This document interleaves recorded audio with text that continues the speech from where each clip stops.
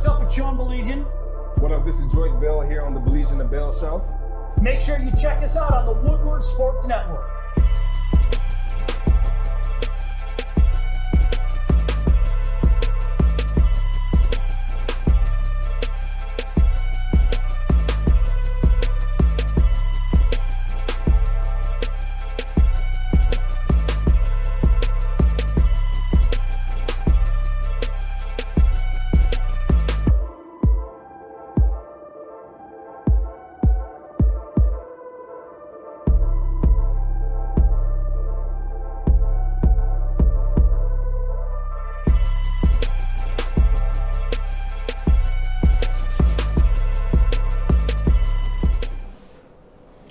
What is up? Glad you could join us. He's Joyce Bell. I'm Sean Baligian. Hope you all had a great holiday weekend. We'll be recapping that. I wish we could skip what happened on Saturday. I tweeted it out the other day. It was one of the most non-competitive Lion games I've ever seen, and that is not an overstatement. I'm serious. That was about as ugly as it gets, and I turned it off. We've seen some ugly ones, Joy. I don't blame you. I turned it off. I don't blame you. Don't blame me at all, man. I'm just, to be frank, I couldn't tell you how it ended. I just saw the score at the end.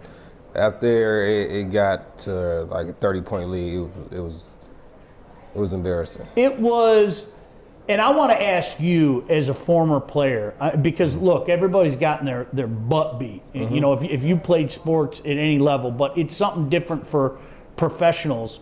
Yeah. Is there anything that you can even compare that to? I'm not gonna lie. I watched that game in the dentist's office because I was taking my niece to the dentist's office to get impressions for her Invisalign, and I actually told the hostess, "Thank you for putting the game on." And so I was watching the game as I'm sitting down waiting for her to finish, and she would have thought I was a madman by how I was screaming at the TV. She said. And then she got to a point. She said, "Did you used to play ball?" I said, "Yes, used to." And I said, "Used to." But it was embarrassing to watch. It was bad. It was like you said. They played flat. It was no energy, just nobody making plays, and it felt like it was an NFL team playing against a college team. It did. Absolutely. Yeah. By the way, that's another thing. I always laugh when, do you think fill-in-the-blank college team could beat a professional team? The answer every time is no. Absolutely, positively not. And you had a chance to play at both levels. That just popped in my brain. People say that all the time. Do you think Alabama could beat this NFL team? No. I would say if you take like an all-star, I would say if you took the Senior Bowl and took the best players from the Senior Bowl, right, against the worst team in the NFL, I think it'd be interesting to watch. That'd be fun to see. Yeah, like say like the team, like the team with the worst record actually plays in that Senior Bowl against the top, college athletes coming out. Give them some time, though, right? You couldn't just throw them on the field, right? No. Yeah, they need some time to prepare for that. Yeah, they need some time to prep. It'd be fun to see. It'd be fun to. It was as ugly as it gets. Like, I tweeted this out the other day for you geeks out there. Yeah. Like, for me, the ones that bounced in my mind, the game against the Eagles when they lost, going back to '95, the playoff game, where it was 51-7 like that, and you're going, huh?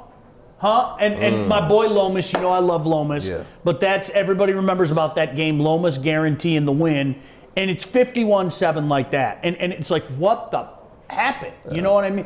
And then there was and just to give you, like, we never, I guess you're not supposed to say you're going to win. It's like telling the actor good luck before he goes on set. He got to break a leg. You have to.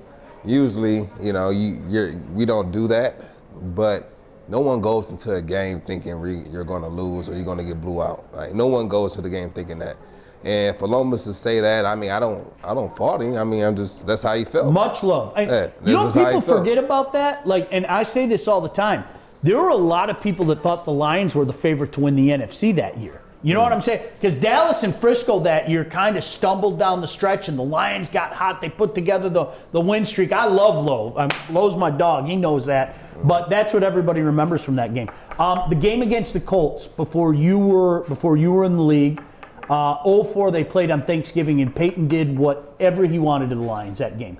And those are the ones that I really compared to what happened on Saturday. And if I wasn't working, I would have done the exact same thing as you. The day after Christmas, I can't blame one person for turning off that game on Saturday. I was working, so I had to watch it. It was.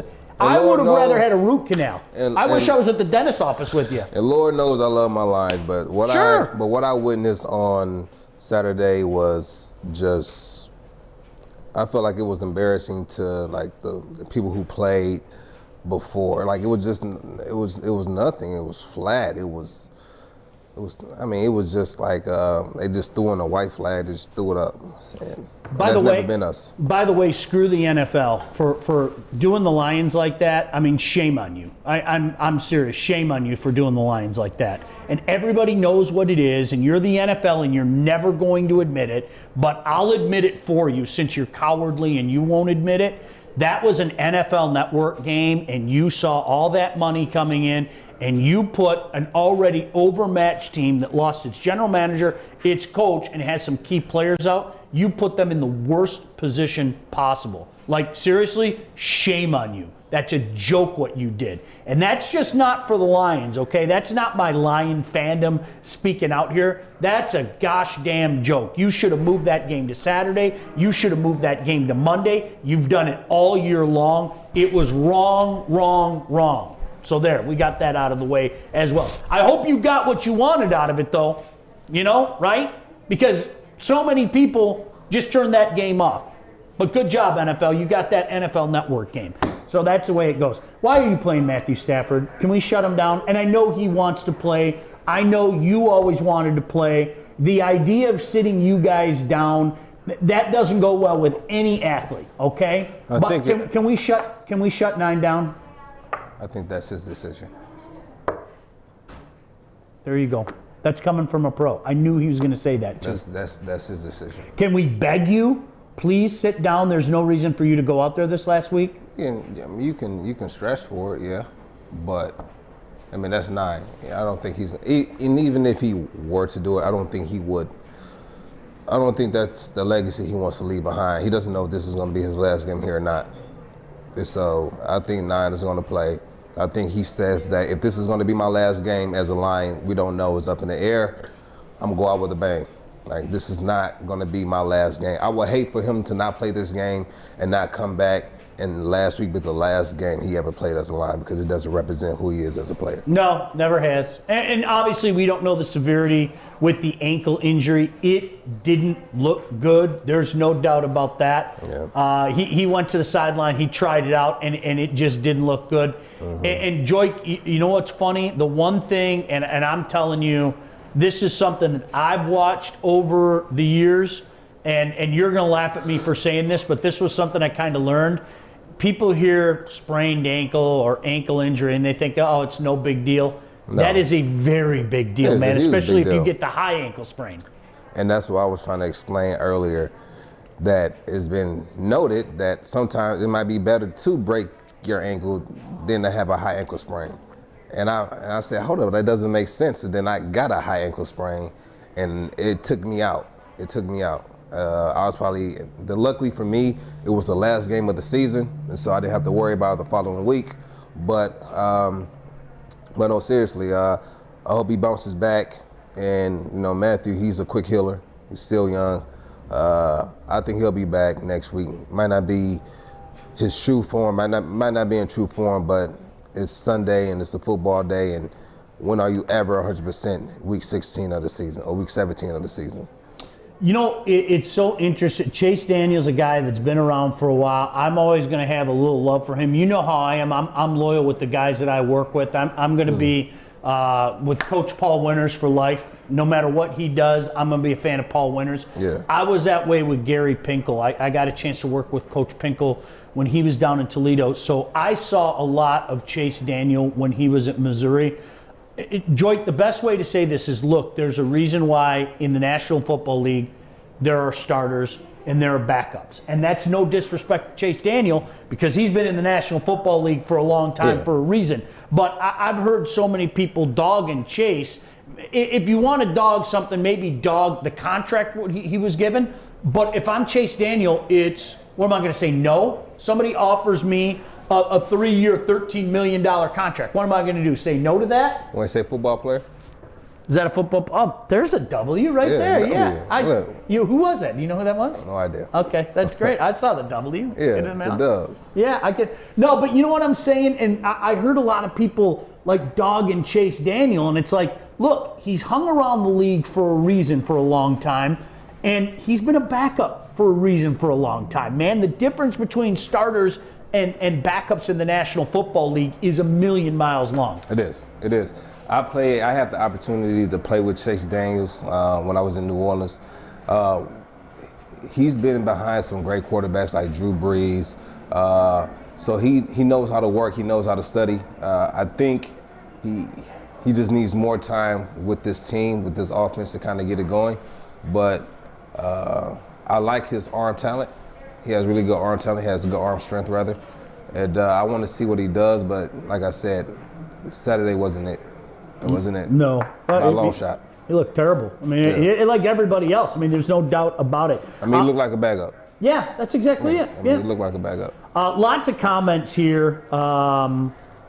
Let's see. Would you want to keep Stafford for one more year and teach a young quarterback, or do you trade him and let him win someplace else? Go ahead.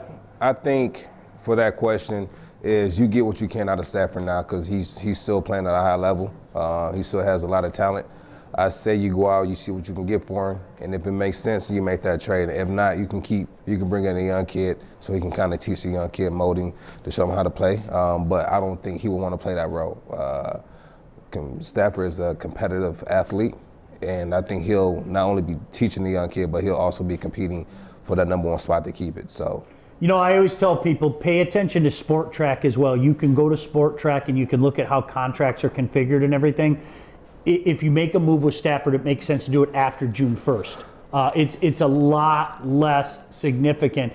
And the million-dollar question that we don't know here is, does Matthew Stafford want to be here? And I mean, really, that's the million-dollar question, Corey with a K. I see Corey with a K shaking his head over there. Let's see. Steven said in the conference he had before the Titans game where he said he was always prepared, he didn't look like it. Darren said, besides new head coach and GM, what are your Detroit Lions New Year's resolutions? How about not to have another game like that? I mean, it really hurt my. You were down there, Corey. What was that like? Yeah, you were at Ford Field covering it. What was that like, man? And before you answer that, though, Corey, were you on the sideline or were you in the booth? So what happened was that they had all of the media in suites or clubhouse areas. So I was in the clubhouse. Okay. In the clubhouse, in the club seating. I think it's like the 200 level, the club seating in one of the leather chairs, and I was just sitting and watching the game, man. That was From you right there, I'm pretty sure there was no fans. It wasn't any fans at the game, right? No, it was just some of the family members were in the games. Right. So could you hear? But you can hear the players on the field talking, the sideline, stuff like that. You know what's weird? I was able to hear the players talk, but I did not hear any of the hits. It was really weird. I was able to hear the players talk, family cheering from the boxes and on the field, but I did not hear any of the hits. I actually looked down to tweet something out on our account, and I look up and Gronk is in the end zone because I didn't even hear it even get snapped. But that was wild. There was a lot of that going around. Hey, look, Gronk's back in the end zone again. It was.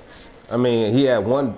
I think I turned it off when he was wide open in the middle of the field, when we had a blown coverage. Now, my question to you is, when you were at the game, could you hear any energy on the Lions sideline during the game, like them hyping each other? Absolutely not. I heard all of the energy. Now that I could hear. I could hear the energy. I heard all of the. Okay, so I was behind the Lions side when I was sitting. I heard all of the energy over on the Buccaneers side. I heard them, yeah, rah rah rah, and all that stuff. But us, it was just like a funeral. It was like it was dead. Hold on, I want to hear this again. What you hear again? I heard all the rah, rah, rah, you know, everybody yelling and screaming, but on the Lions side, it was radio silent. That's what he heard. He heard rah, rah, rah. Right. I didn't know he heard. I didn't know they still did rah, rah, rah. Okay. You know what I meant. Come on, man. But I did want to get into some of those Tom Brady highlights if y'all want to see.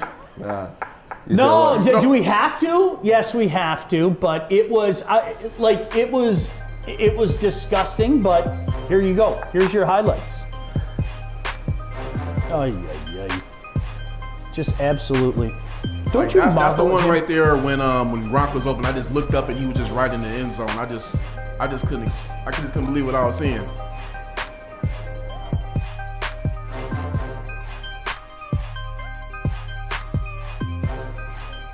Now a blown coverage and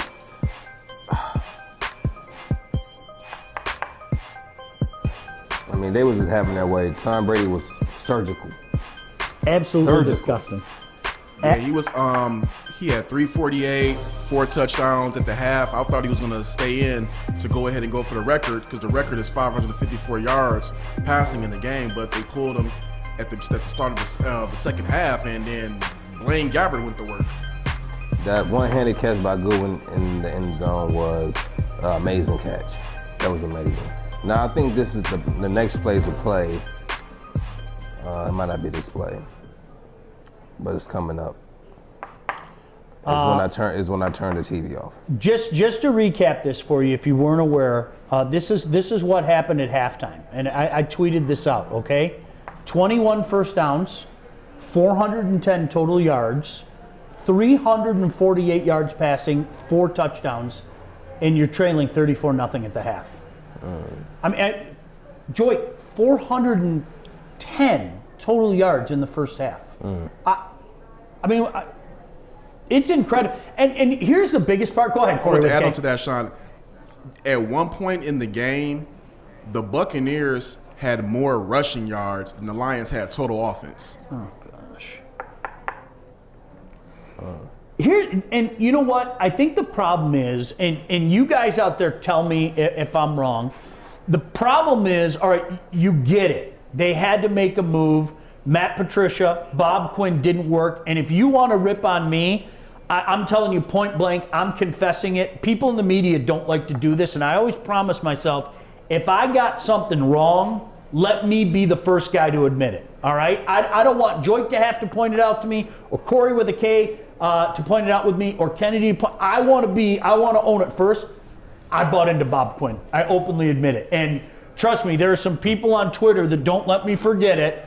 And that's cool. I bought into Bob Quinn. This team is a mess. And I think that is the frustrating thing that I got from people on Saturday, Joyke, you know, doing the post-game show and even talking to some people already this morning. It's like, all right, I get it. We need to make a move. But how long is this going to take even if you get the right guy in there? And, you know, again, Miami has been able to turn things around quicker than anybody thought. I think the Cards have been able to turn things around quicker. But when I look at the defensive side of the ball in particular, Joyke, there are some nice pieces on offense. I love Frank Ragnow. I'll say it again. I think he's the best center in football. I love Taylor Decker. I love DeAndre Swift. Yeah. Let's lock Kenny up. You got yourself a darn good quarterback in Matthew Stafford. But on the defensive side of the ball, that's where you're like, oh my gosh. I mean, they need a little bit of everything right now. Now, there are some guys that are still young. You know, that Aquara's a young guy that let's see what happens. I'm going to say it again. I'm not going to throw Okuda out. Oriarie, I think that's another guy. But they just need a lot of help on the defensive side of the ball, man. Where do you start? And that's the question. Like, where do you start? Smart man right there. Now, for most games and most players, we know that the game is won first in the trenches. Yep. That's where the game is won, right? So when the year, then 2014, we had the good season. Our trenches they were looking quite well on defense. I mean, we had some elite players there. And that led our defense to being the #1 defense that year. And so I think that's where you start and you build from there. But who do you go out in the draft and go grab? Or who do you trade to get here? You know, what free agent do you go out and grab to bring here to help get our defense to that elite level, that top 10 defense in the NFL? Because right now we're a bottom tier on defense. Yeah. It's always a sad exercise when, and I'm sure there are a lot of people out there like me. I know somebody in the media was doing it because we were doing it all day yesterday. We were refreshing Tankathon to see where the Lions moved up in the draft. And right now they're at 7. They could still conceivably go as high as 3. A lot of things would have to happen for them to get to 3. But you're absolutely right. You know, I hate, Joy, this time of year, and I'll go back to when you were playing, right? Let's use 2014 as an example, all right? In 2014, the last freaking thing in my mind was the NFL draft this time of year. You know what I'm thinking about? I'm thinking about that big game coming up this weekend and you guys having a chance to win 12 games and all of that crap and what the playoffs might look like. Yeah. And you know what? It just seems like the last few years we've gone back to that brutal assignment of already looking at mock drafts and trying to pay attention to where they draft. It's sick, man. That was for the division title too, right? Yep. That was. Let that one slip through our fingers. So bad taste in my mouth. I got to read this comment. David nailed it. David said, this defense needs to be terraformed. Rebuild isn't strong enough. Scorched earth. Right now, defensively, you just don't have much, man. There's no other way to say it. You know, what do you do with the vets? You know, you got a couple of vets, Everson's here and Trey's here and I mean that's where we're at right now, man. It is. So you sit back and you look because they're trashing the Lions. No, we're not trash. We're speaking facts. We're looking at numbers.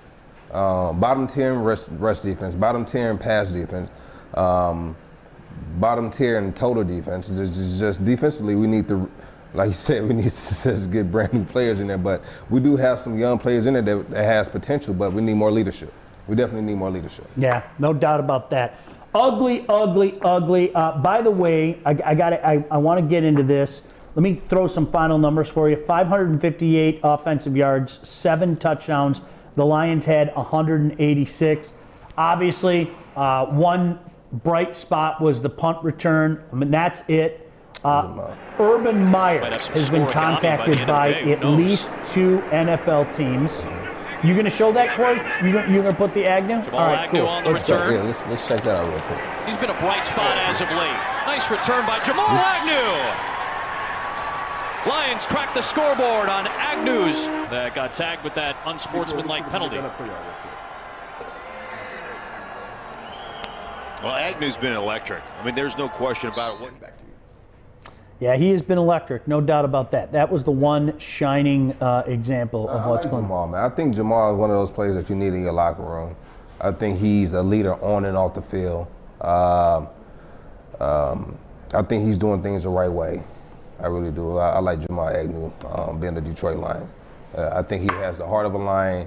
I think he's been through a lot through his career, and I think he's really stepped up and became that guy here on the special team unit for the Detroit Lions. Yeah, I like him. Great like him stuff. A lot. What do you think about the Urban Meyer rumor that's out there? Of course, it's being reported he's been contacted by at least 2 NFL teams. Yeah. It's alleged that it's the Lions and Jags, 2 teams that have a massive rebuild. I'd be stunned if the Jags don't take Trevor Lawrence. They locked themselves up with the number 1 pick. Trevor Lawrence seems to be everybody's number 1 pick. What do you think about the idea of Urban Meyer coaching in the National Football League? Not just coaching in the National Football League, but coaching the Detroit Lions. I'll be, like you said, we have to look at all options. I'll be interested to see how he does with the Detroit Lions. Of bringing that college mentality to the NFL. I know some players take to it. But I know, I remember I played with Sam Gash. Yeah. And so he played with Pete Carroll I believe when he was with the Patriots. Mm-hmm. And said Pete Carroll had that kind of that player coach mentality. And at that time, I think they were coming off of a Super Bowl win. I think it might have been after they won the Super Bowl, and he had just his mentality. Not a lot of players took to it. Now in Seattle, the players are taking to it. Yeah. Right. And so it'll be interesting to see how the players take to his coaching style here in the NFL. Yeah, I'm intrigued. I mean, the guy's had success everywhere he goes. I think it's been documented that there's been a lot of smoke, at least around what he did at Florida and what he did at Ohio State. But you cannot deny what the guy's been able to do in college football. See, I'm old enough to remember there were a lot of people that thought that Jerry Jones was nuts for getting Jimmy Johnson. You know, Jimmy Johnson had so much success. You remember back in college, in particular with Miami, and people, you know, back then people would say, nah, the college coach doesn't work.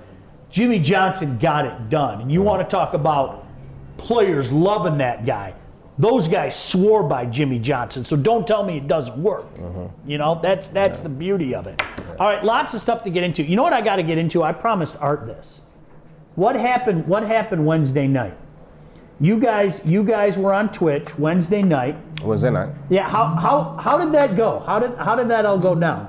All right, so we were having some technical difficulties early on, but we ended up getting everything to work.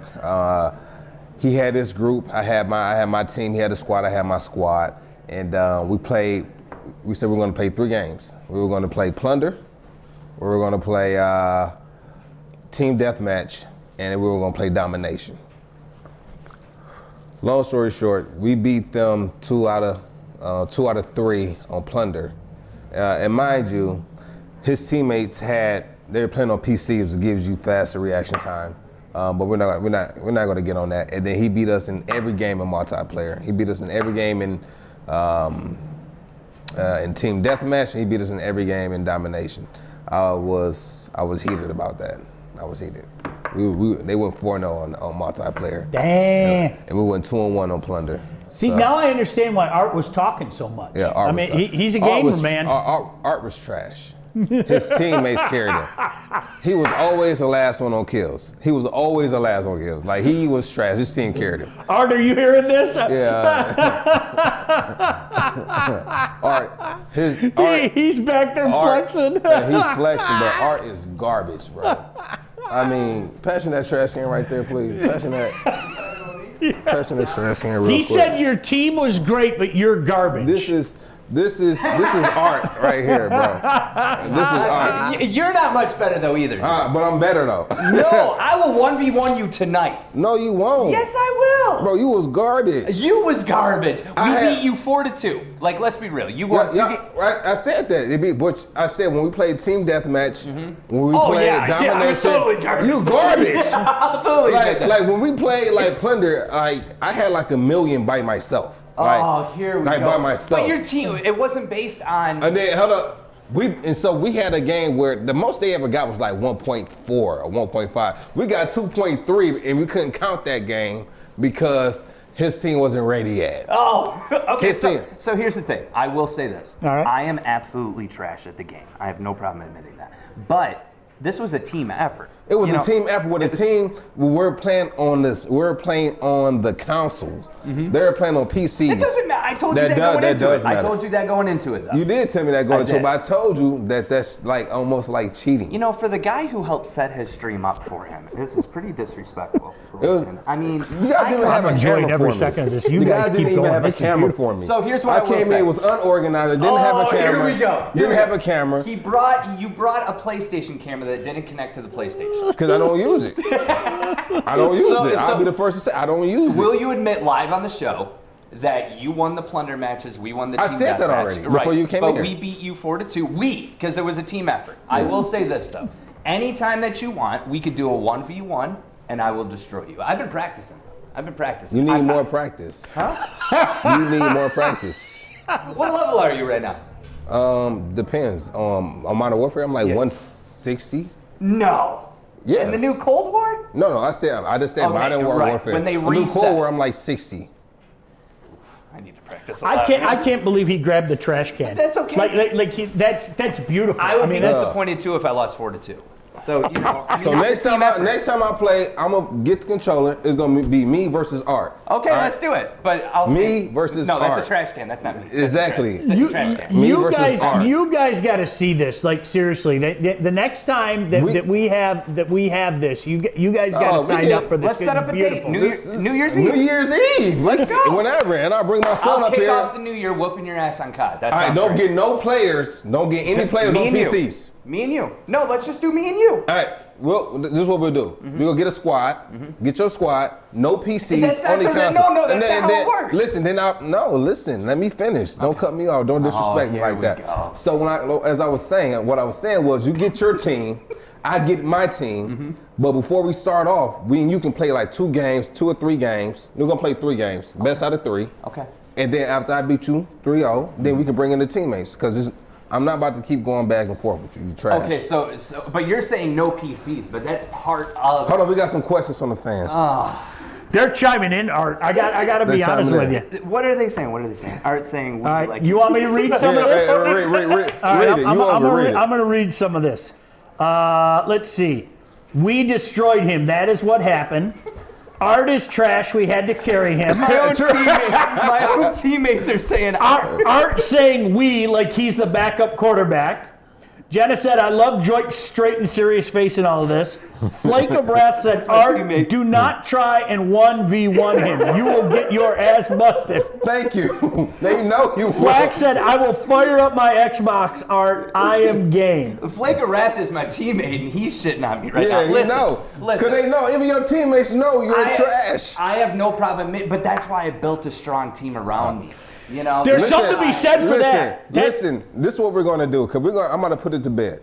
Me and Art are going to play 1 versus 1. Whoever wins has to wear a shirt saying, I don't know what to put on the shirt. I'm going to say, trash. We can't wear the same size shirt because I'm bigger than you. No. What we're going to put down, what we're going to do, we're going to get a shirt that says, I am. We're going to have a trash can at the bottom. Okay. Yeah, that's what we're going to do. Let's do that. New Year's Eve. And you got to wear it for a week straight on every show you do. A week straight? Ooh, dude. Okay. Well, I'm not going to shake on it because COVID, you don't like to be touched, all that. Yeah. I see what you did last year. Yeah, don't touch dude. it. All right, let's do that. Yeah. Now, see, this is part of the reason we had to get it. There's so All right, much you ready? going on at Are you Woodward ready? Sports. We always want you to know what's going on around here. Yeah, we're going to be talking about the sports, but there's going to be a lot of fun around here as well. We got the gamer angle going on a personal level. Our barbecue show starts in a few weeks, so not only are we going to be feeding people, but me and my fellow barbecuers, smokers, if you will, are going to be happy as a pig in slop. Is that going to be Wednesday? Yeah, we're going to do it on Wednesdays. Oh, okay. So when we have a special guest tomorrow coming on the show, and a good friend of mine played 9 years in the NFL with me, and we're not going to give out any names yet, but stay tuned. We'll drop the name later. He loves smoking. He loves cooking on the smoker. Let's go. He loves it. All right. And so when You guys come over to my house. Let's go. So what we're going to do when we bring him on tomorrow, we're going to talk a little football, see what he has going on now, and then we'll end off with what you love most, food. I love it. Gosh, I love food. Gosh. Speaking of food, how was your Christmas? Absolutely nailed the brisket. The brisket. It was the key thing with a brisket. Okay, if you've ever done a brisket before, it's as cheesy as it sounds. It's a touch test, right? If you put your finger on the brisket and you barely touch it. You barely touch And it. the juice come out. And it jiggles like Jello. Yeah. You won. Oh. You won. So that's what I always do now. Instead of plunging like in the jiggle, huh? the thermo. Oh, I love that jiggle. It makes me jiggle. Yeah. But it like literally, I put my finger on there. I just go like that, and if it starts jiggling like Jello, I nailed it. So that's what I said. I was standing outside with my son. I said, "This is done." He goes, "How do you know?" Mm-hmm. And I jiggled it, and I go, "Now watch this. This temperature will be between 201 and 204." And you know what it was? What was it? 202. 202, right there. I got it. That's exactly what you got. So Jenna Newman said, "Anyone get an avocado for Christmas?" Did you see? So on Christmas, I actually got the avocados from here, out the kitchen here, and I took them home. And so I wrapped one up and I gave it to my daughter for Christmas. For real? As a joke. And so I posted a video of it. I put it in my highlights on Instagram, so you can go on Instagram and look at it. But she was unwrapping it, and she was so excited. She was unrolling, and she grabbed it. And I just knew she was gonna be like, "What is this? What?" But she grabbed it. She was like, "Look what I got!" And she was smiling, and it just showed like you can get a kid anything for Christmas, and they're gonna love it. She loved that avocado. True. She didn't know what it was, but she loved it. Oh, it's she beautiful. loved it. Love every second of it. Yeah. I told Cajun turkey's the best. I can't eat regular turkey anymore. I inject it. I get that Cajun in there. It's the best. It's the best. Yeah, I'm not. I don't think I'm ever going to make a regular turkey again. I got to be honest with you. Okay. By the way, Kennedy, did you put this up on Twitter? The poll on Twitter. Follow us on Twitter. Bally and Bell Show. Keep Stafford or let him win somewhere else. It's easier said than done with contracts and all of that. We get that. So we're just giving you the simple approach to it. For what it's worth right now, 52% are saying keep number 9. 48% are saying let him win. Joik, you brought up a great point, and I say this all the time. To get something, you have to give up something. If the Lions are serious about a rebuild, okay, they don't have a lot of assets right now. One of the assets that they do have is number 9. And it would break my heart to see him go someplace else. Everything that guy has been through, I would want nothing more, not only for me personally, but for him. Yeah. For all the crap that guy's taken in this town to win here. But if you're thinking about taking that next step and you're serious about a rebuild, you have to get rid of assets. I mean, that's just the way it is. So that's something that I think a new general manager and a coach are going to have a very long conversation about. I think GM needs to come in. I think they need to bring in the right head coach, right? Get the right head coach. They need to sit down and have a serious conversation about this particular player. Yeah. Because everyone knows like the head of the team is always going to be the quarterback. It's just what it is. And if they plan on keeping Stafford here, right? If they really do plan on, I think they need to have a sit down with each other, decide that. And if they decide to have that conversation, bring in 9, and they sit down and ask him, like, what do you need?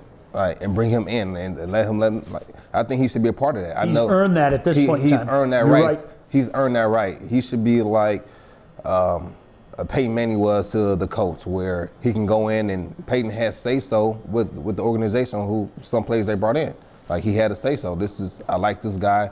Let's keep him here. And I think that Stafford's earned that right. I think that's the way to go about it. And if they don't choose to go forward with Stafford, then they part ways, and then they get somebody else in. But understand, who are you going to get in here, right? And then when you bring him in, understand you're going to have to build him up as well if you go get a quarterback in the draft. Absolutely. And so either way it goes, it's going to be a rebuilding phase. All right, don't forget, Tuesdays mean we come out with our top 5 in the National Football League. We'll do that after the Monday night game tonight. When we come back, we'll talk a little bit about the NFL. Highest paid athletes at some point in time during the show today as well. You might be surprised at some of the names on that list. We might be having a guest. I'm not going to say his name, but we might be having a guest. That's what I'm hearing today. Another special guest. But in the meantime, want to thank you for joining us. Of course, we have to talk a little bit about what transpired on Christmas, especially Christmas Eve as well. Don't you go anywhere. More Baligian and Bell next, right here on the Woodward Sports Network. Welcome to Grow Green, the green standard for garden supplies here in Michigan over the past 10 years. We offer the best gardening and lawn care products and have an extremely knowledgeable staff to help you create your dream garden or make your yard the envy of the neighborhood. Shop the store located in Whitmore Lake or online at growgreenmi.com. Delivery and curbside pickup available. Grow Green, making Michigan greener one grower at a time. We wake up every day with a choice. Keep going down the same unfulfilling path, or start chasing the life we dream about. At Northwestern Tech, we want to make that choice easier by allowing you to keep working your job while training for a real career in heating and cooling. And our hands-on program is only 10.5 months. So getting in the field and building a career and actually waking up with a purpose could be a lot easier than you think. Northwestern Tech, the HVAC school that works.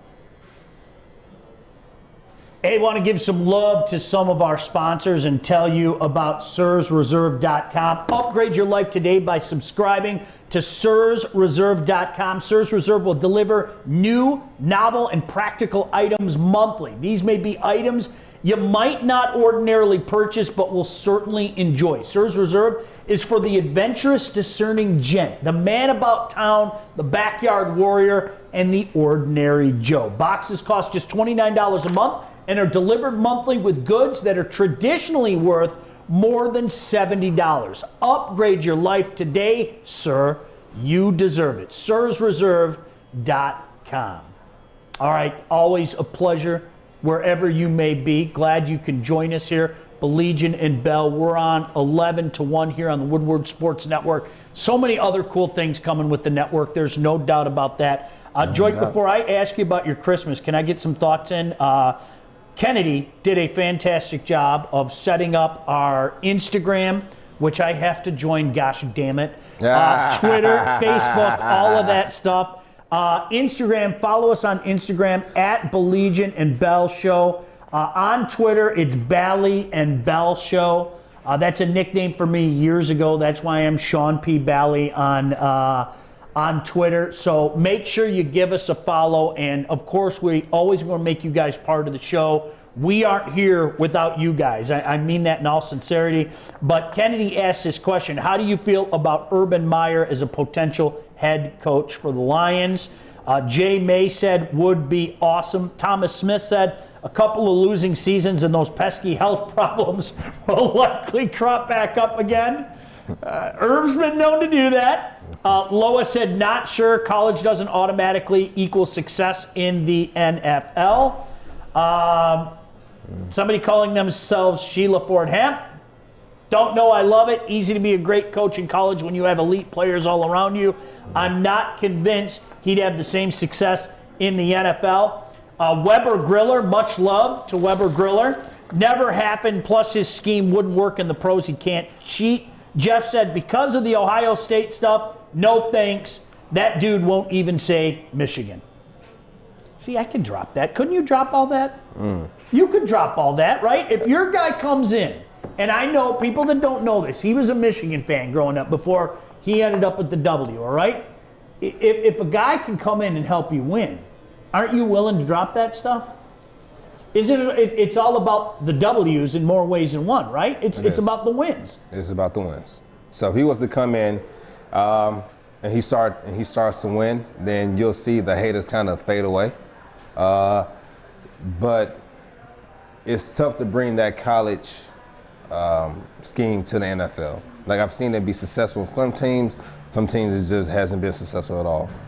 And that goes both ways, taking an NFL coach and putting him in college. Like sometimes it happens, sometimes you get lucky. Like I said, it's a toss-up. Like I think you harped on it earlier last week. I think we need to explore all of our options. Yep. And I think the Lions are doing a good job of bringing everyone in because we need to get it right. Due diligence, man. We have to do it. Yep. And I like what Sheila is doing. It's nothing personal. It's all business. Yep.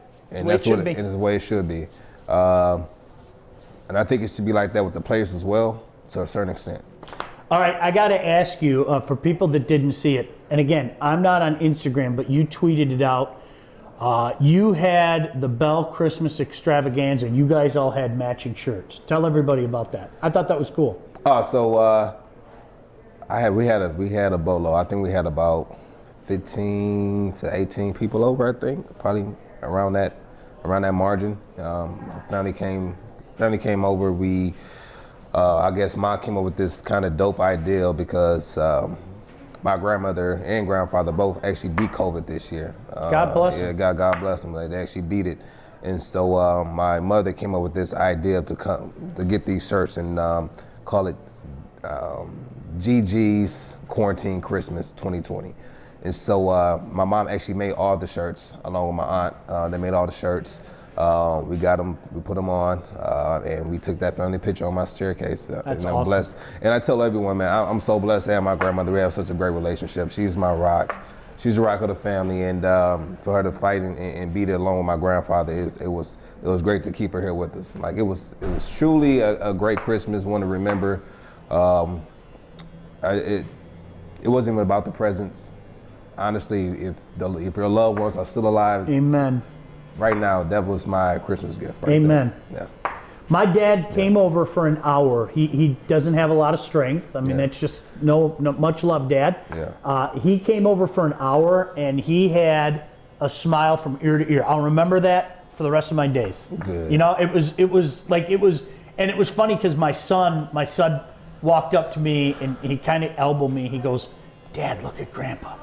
And he just was kind of sitting in a chair. You know, he's not doing well. There's no other way to say it. But he had this smile ear to ear, and I was like, if I wasn't afraid of him like yelling at me, I'd take a picture of that right now. But I know my old man, what the hell are you doing that for? You know, he'd go down that road. So I said, just let it be. But I got that mental picture in my head for the rest of my days. Man. Yeah. It was really, really stinking cool. How great was the snow? I'm a sucker for the snow. Wasn't that beautiful? Oh, it was great. Dude. It was great. I love.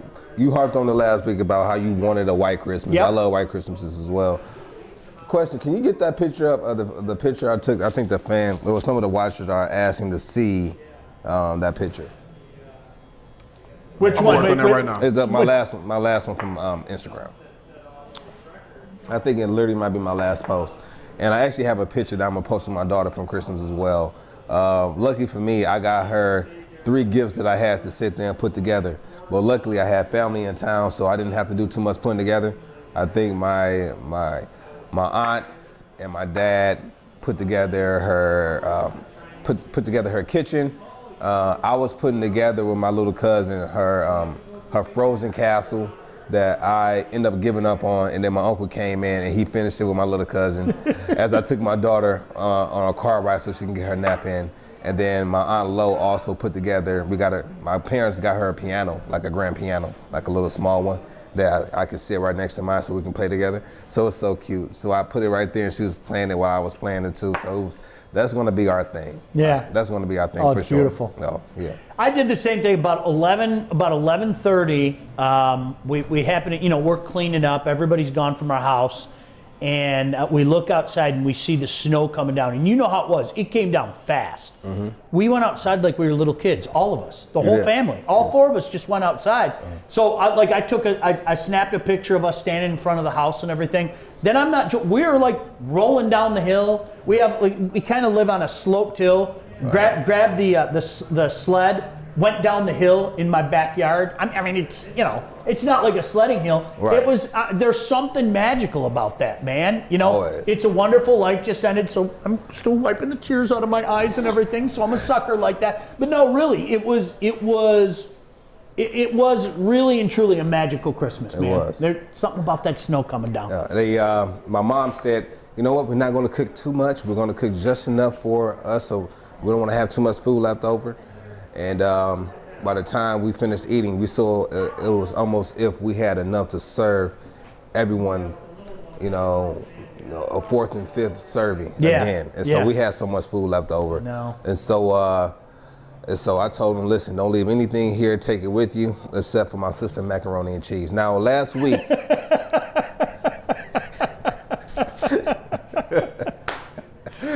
don't worry, the brisket was mine. I kind of, everybody can take what you want. I'm gonna put this brisket. It's mine. Yeah, it's mine. And so let's fast forward. So actually, let's take it back. Last week, you asked was I going to cook anything. I said, I might do the mac and cheese.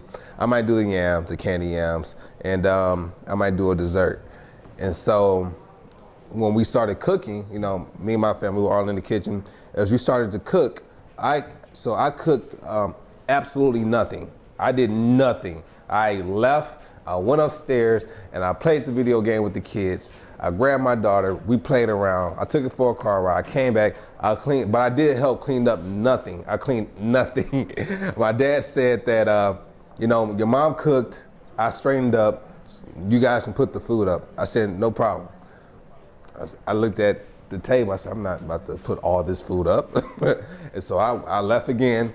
I woke up about 4 or 5 in the morning, and as I walked downstairs, I was about to put all the food up. I saw that the kitchen was spotless. I'm like, who did this? And so it had to be my dad, because my dad can't go to sleep, or my mom, they can't go to sleep with the dirty kitchen. They can't do it. Yeah. And so that's where I kind of picked that up from them. But I just knew they were going to do it. And so we have this tradition that when the family comes up to visit, we put up all the decorations, and then when everyone leaves, we take them all down. We're not leaving them up, because messing around with me, they'll be up to June. They will be up to June.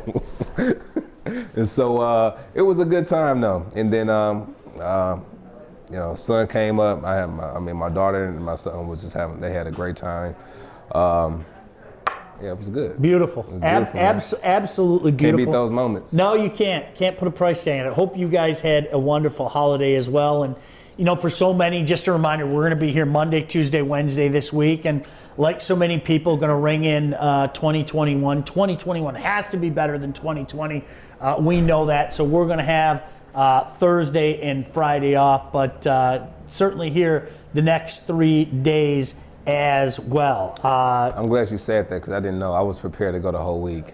I was ready.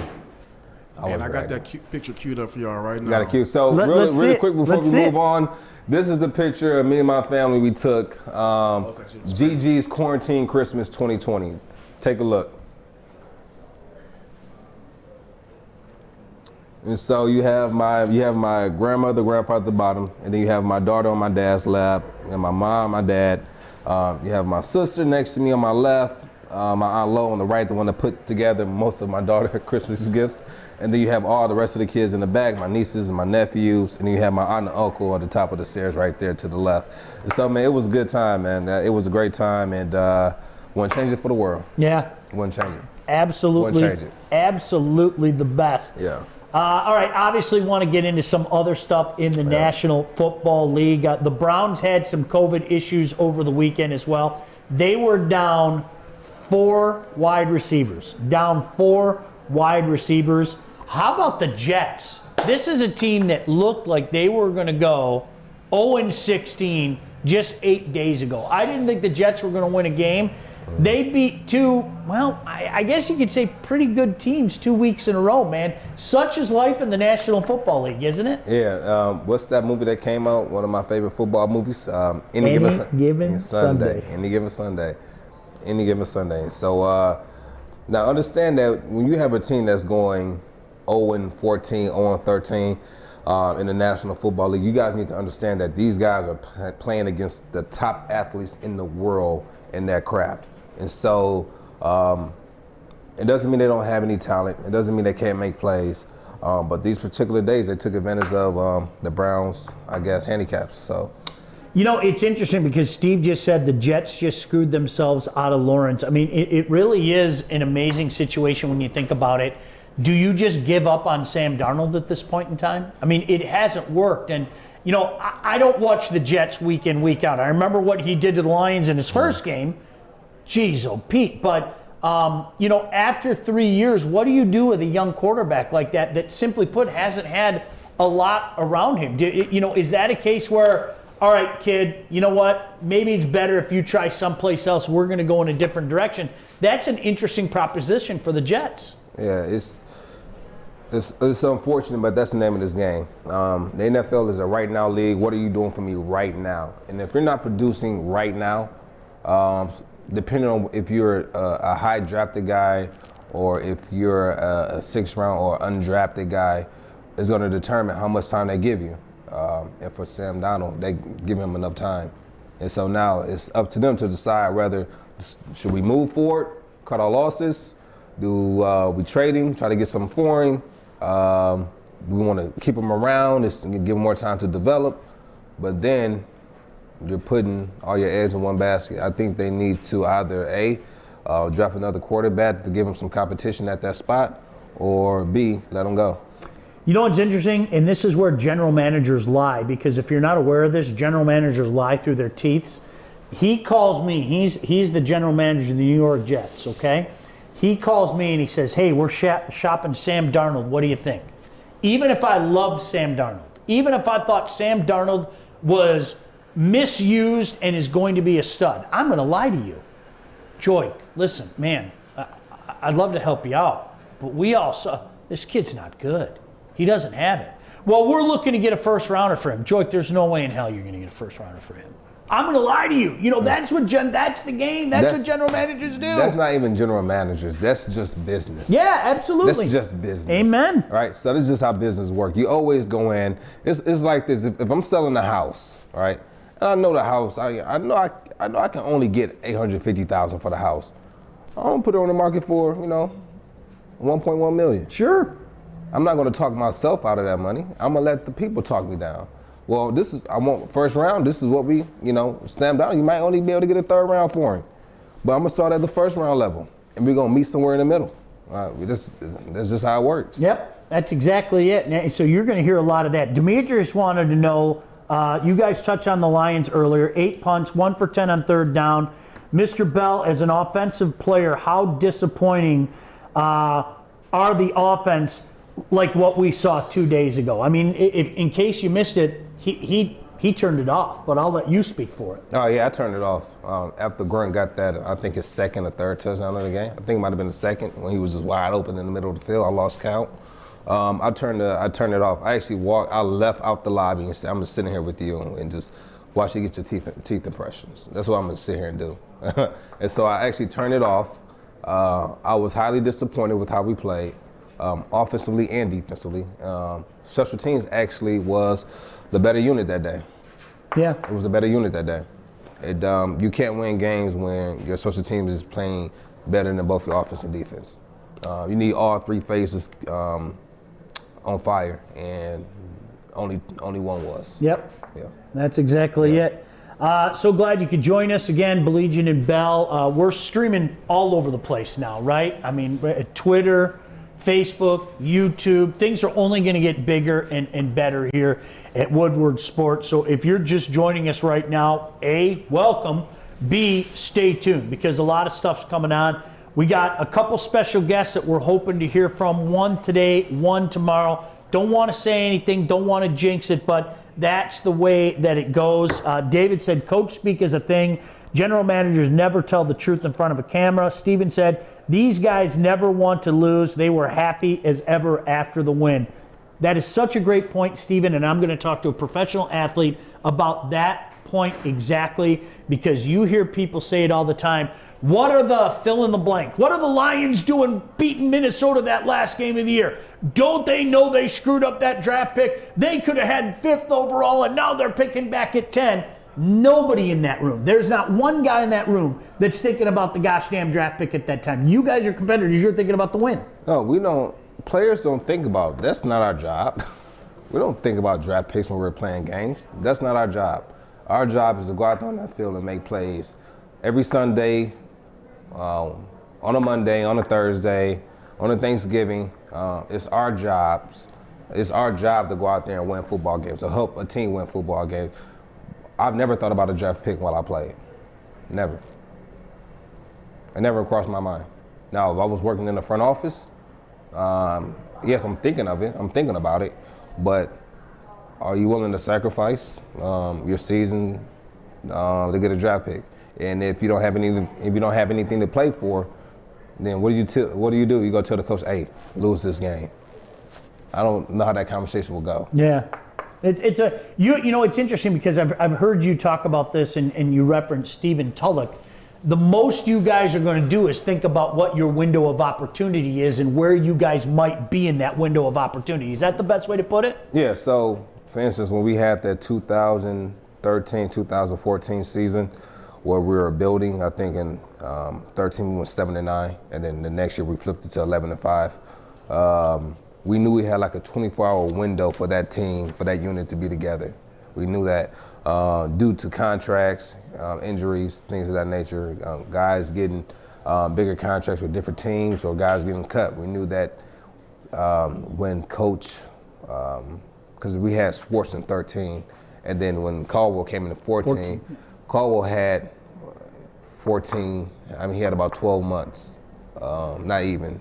He had that season coming up, and he came in the locker room. I remember him addressing the team. He said, we need to win now. Yeah. We have to win now, not later. We need to win now. And we took grasp of that, and we kind of knew we had to win now, and so. Have you seen J.J. Watt's rant yet? Because a couple of people have made reference to it. Awesome. I mean, well, And here's the beautiful thing about this. Everybody is going to be giving JJ props, and I get that. And he should get props. Oh. But Joik, as a professional athlete, is there part of you that says, well, why is everybody giving this guy love? Because this is the way a vast majority of us think, right? Isn't that the way that guys are there? Hey, you don't want to be here. You want to mail it in. Get the hell out of here.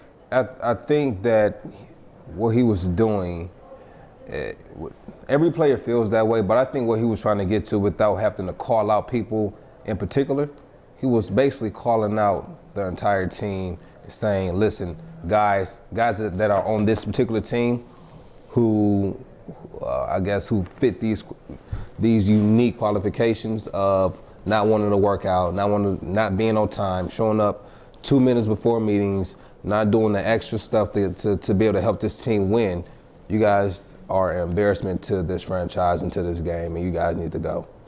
You have a lot of guys who get into these positions to where they get comfortable because they feel they've arrived, and they lose the drive they had to get them to this position. I played with guys who were drafted high, and eventually they ended up leaving the team because they lost their starting job. They didn't know how to compete to get it back, and they just kind of fizzled off, and they were what you call a bust. And I've seen that. All right, I didn't get drafted, but I played longer than a lot of guys who were drafted before me in my draft class.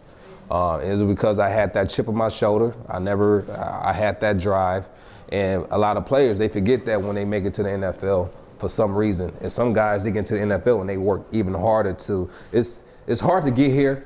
It's even harder to stay. Good call. Right. Yeah. Right. And so I think once you get here, you need to up your work ethic, your level of studying up about another 3 to 5 more notches. All right. And that what makes the players elite.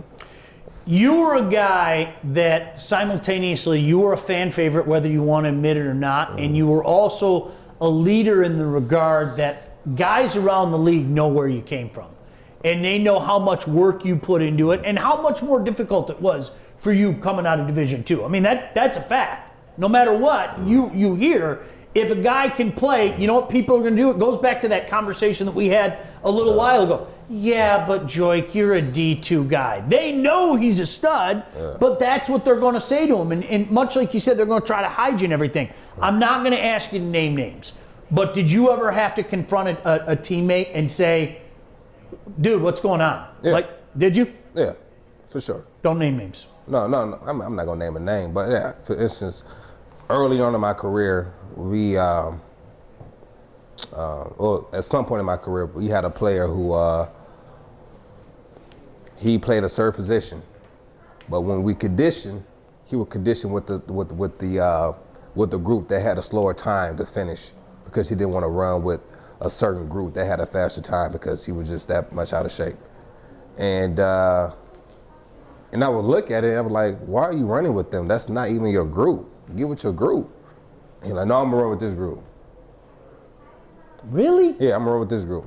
And actually, that's one of the players who found his way out of the league fairly quickly. Wow. Like, he was out. I mean, it just happens. I've been on 5 different teams. Drafted high. He was top 3 rounds. I'm not gonna say what round he was drafted. I don't want to. I'm already trying to put it together in my head. I'm not going to say who. You're not going to give me enough. You're smarter than that. Yeah, I'm smarter than that. And so drafted high and didn't pan out, and he found his way out the league quickly. So I'm not saying what position he played. No, I get it. I'm not saying that, but that's happened, and people get complacent. And in this job, you cannot be complacent. This is probably one of the most competitive businesses in the world. Like, it was one of them. So we make up 1%.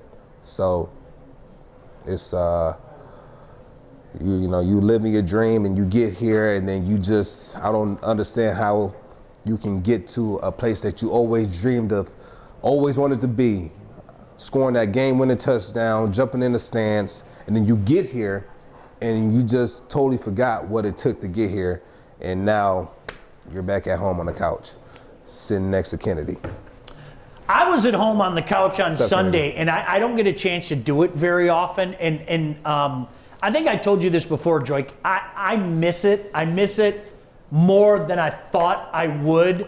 I'm the type of guy going back in the day, like my buddy Mike is watching. He's going to do the smoke show with us. There was a few year span where we went to a lot of games and did the tailgate and everything. And then I got in the job in the business, and I was either doing TV in the morning for Fox 2 or, now doing the Lions broadcast and everything. So as you well know, my Sundays off are few and far between. I get bye week off, and usually bye week I'm an absolute bum. I mean, really, it's just like I'm going to sit down. This is going to be old school. It was nice yesterday to have that day off at home, and it was funny because I was watching the Steeler game. And look, I'm going to say it again. I think the Steelers are flawed in many ways, shape, and form. I really do. I said that a few weeks ago, even when they were 11-0, if you watch a show.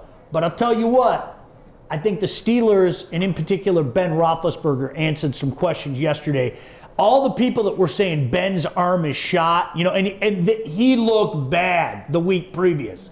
Ben suddenly found something in that right arm of his, man. He did, but like I said, I think they're doing well enough to lose later. Yeah, I think that you're absolutely right. That's what it is. He's doing well enough to lose later because if Ben ever has the off game, what you saw the week previous, that's going to be the Steelers, all right, offensively.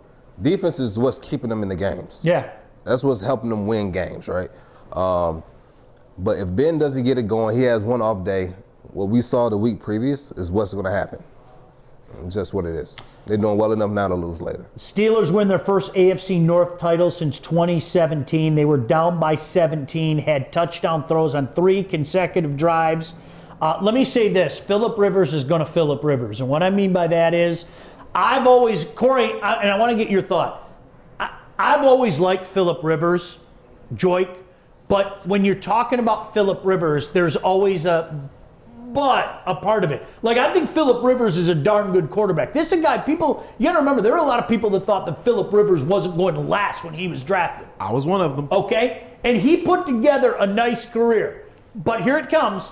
Every time you talk about Phillip Rivers, it's but. And if you want to know how but can be defined, watch that game yesterday. Because what Phillip Rivers was in that game and what eventually happened were 2 different things. And the people that dog on Phillip Rivers, Corey, if you were watching that game, they're going, I've seen this before. That was a Phillip Rivers special. It's almost like with Phillip Rivers, you're waiting for the bottom to drop at any moment. It's just like, no matter what it is, whether it's a pick, a fumble, you're waiting for him to go full Phillip Rivers, if you know what I mean. Yeah, absolutely. Yeah, so he went Phillip Rivers yesterday. Anthony said, I'm a bum every day, Sean. No worries. I'm going to enjoy it. I'm not going to lie to you. Next Sunday, I'm going to enjoy it because it looks like right now, the fall of 2021 is going to be my first fall since the mid-'90s where I didn't have television or radio obligations to do. And I'm not going to lie to you, Joik, I love it. Because as you know, I'm busy on my Saturdays with the W. Right. So a lot of times it's like, I have a game at Wayne State. Maybe I'll go up to state. I've done some state hockey games before or go watch them play. And then Sunday, I'm gone all day. I'm kind of looking forward to just being a fan next year on Sundays. I got to be honest with you. And I'll have you over for a smoke. All right? I'll get some vegan stuff for you. Get some vegan stuff. I'll get some vegan stuff. I might not be vegan then, but we'll see. All right. We'll see. Well, change it before the draft because I'm going to have a draft.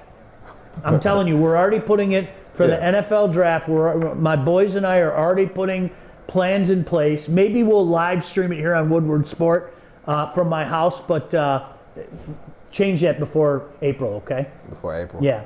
I'll see. I'll smoke whatever you want. I promise you. Chiefs win 17-14. Make sure she has that jiggle to it, that brisket. I'm telling you, dude. Yeah, I like that jiggle. Joy, I know where he's going. But my boy Mike even chimed in. You look at that bad boy. All you have to do is touch it, and it just. Sometimes that can get you in trouble. My milkshake brings all the boys to the yard. I'm telling you, that's what happens. And their life is better than yours. I'm telling you. Okay. Did you like that? Come on, give me a little bit of credit from the mean streets of L-Town. People in L-Town right now is like, he's not from L-Town. He's not from L-Town. See, somebody. You see Kenny was like, cut the tape. See, my boys are chiming in. The brisket jiggle is real. It is absolutely real. Yeah, I'm impressed. Steven is impressed. Once that milkshake starts jiggling. Tune in. We talk about whatever we want to talk about here. That's basically, That's Kick your feet up. We follow this, but we also go down roads. There's no other way to say that. Yeah. Chiefs win 17-14. They didn't look good. I was watching that game predominantly. You know what, They though? didn't look good. Even when they play bad, they figure it out. And that's and you go through an NFL. You're not going to go through an NFL season when every game is going to be perfect, right? But the Chiefs have that type of talent. They have that type of culture to where, regardless of how we play, I mean, look at last year. Look how many comeback from behind victories they had last year to get to the Super Bowl. They just figure it out. Yeah. You know? Boy, poor Atlanta. Just, Matt Ryan, at least Matt Ryan's had a little success. He's won a playoff game. They blew that Super Bowl. But, I mean, my goodness gracious, it just seems like they blow games all the time or lose games in weird fashion. Wasn't a long field goal attempt. At all.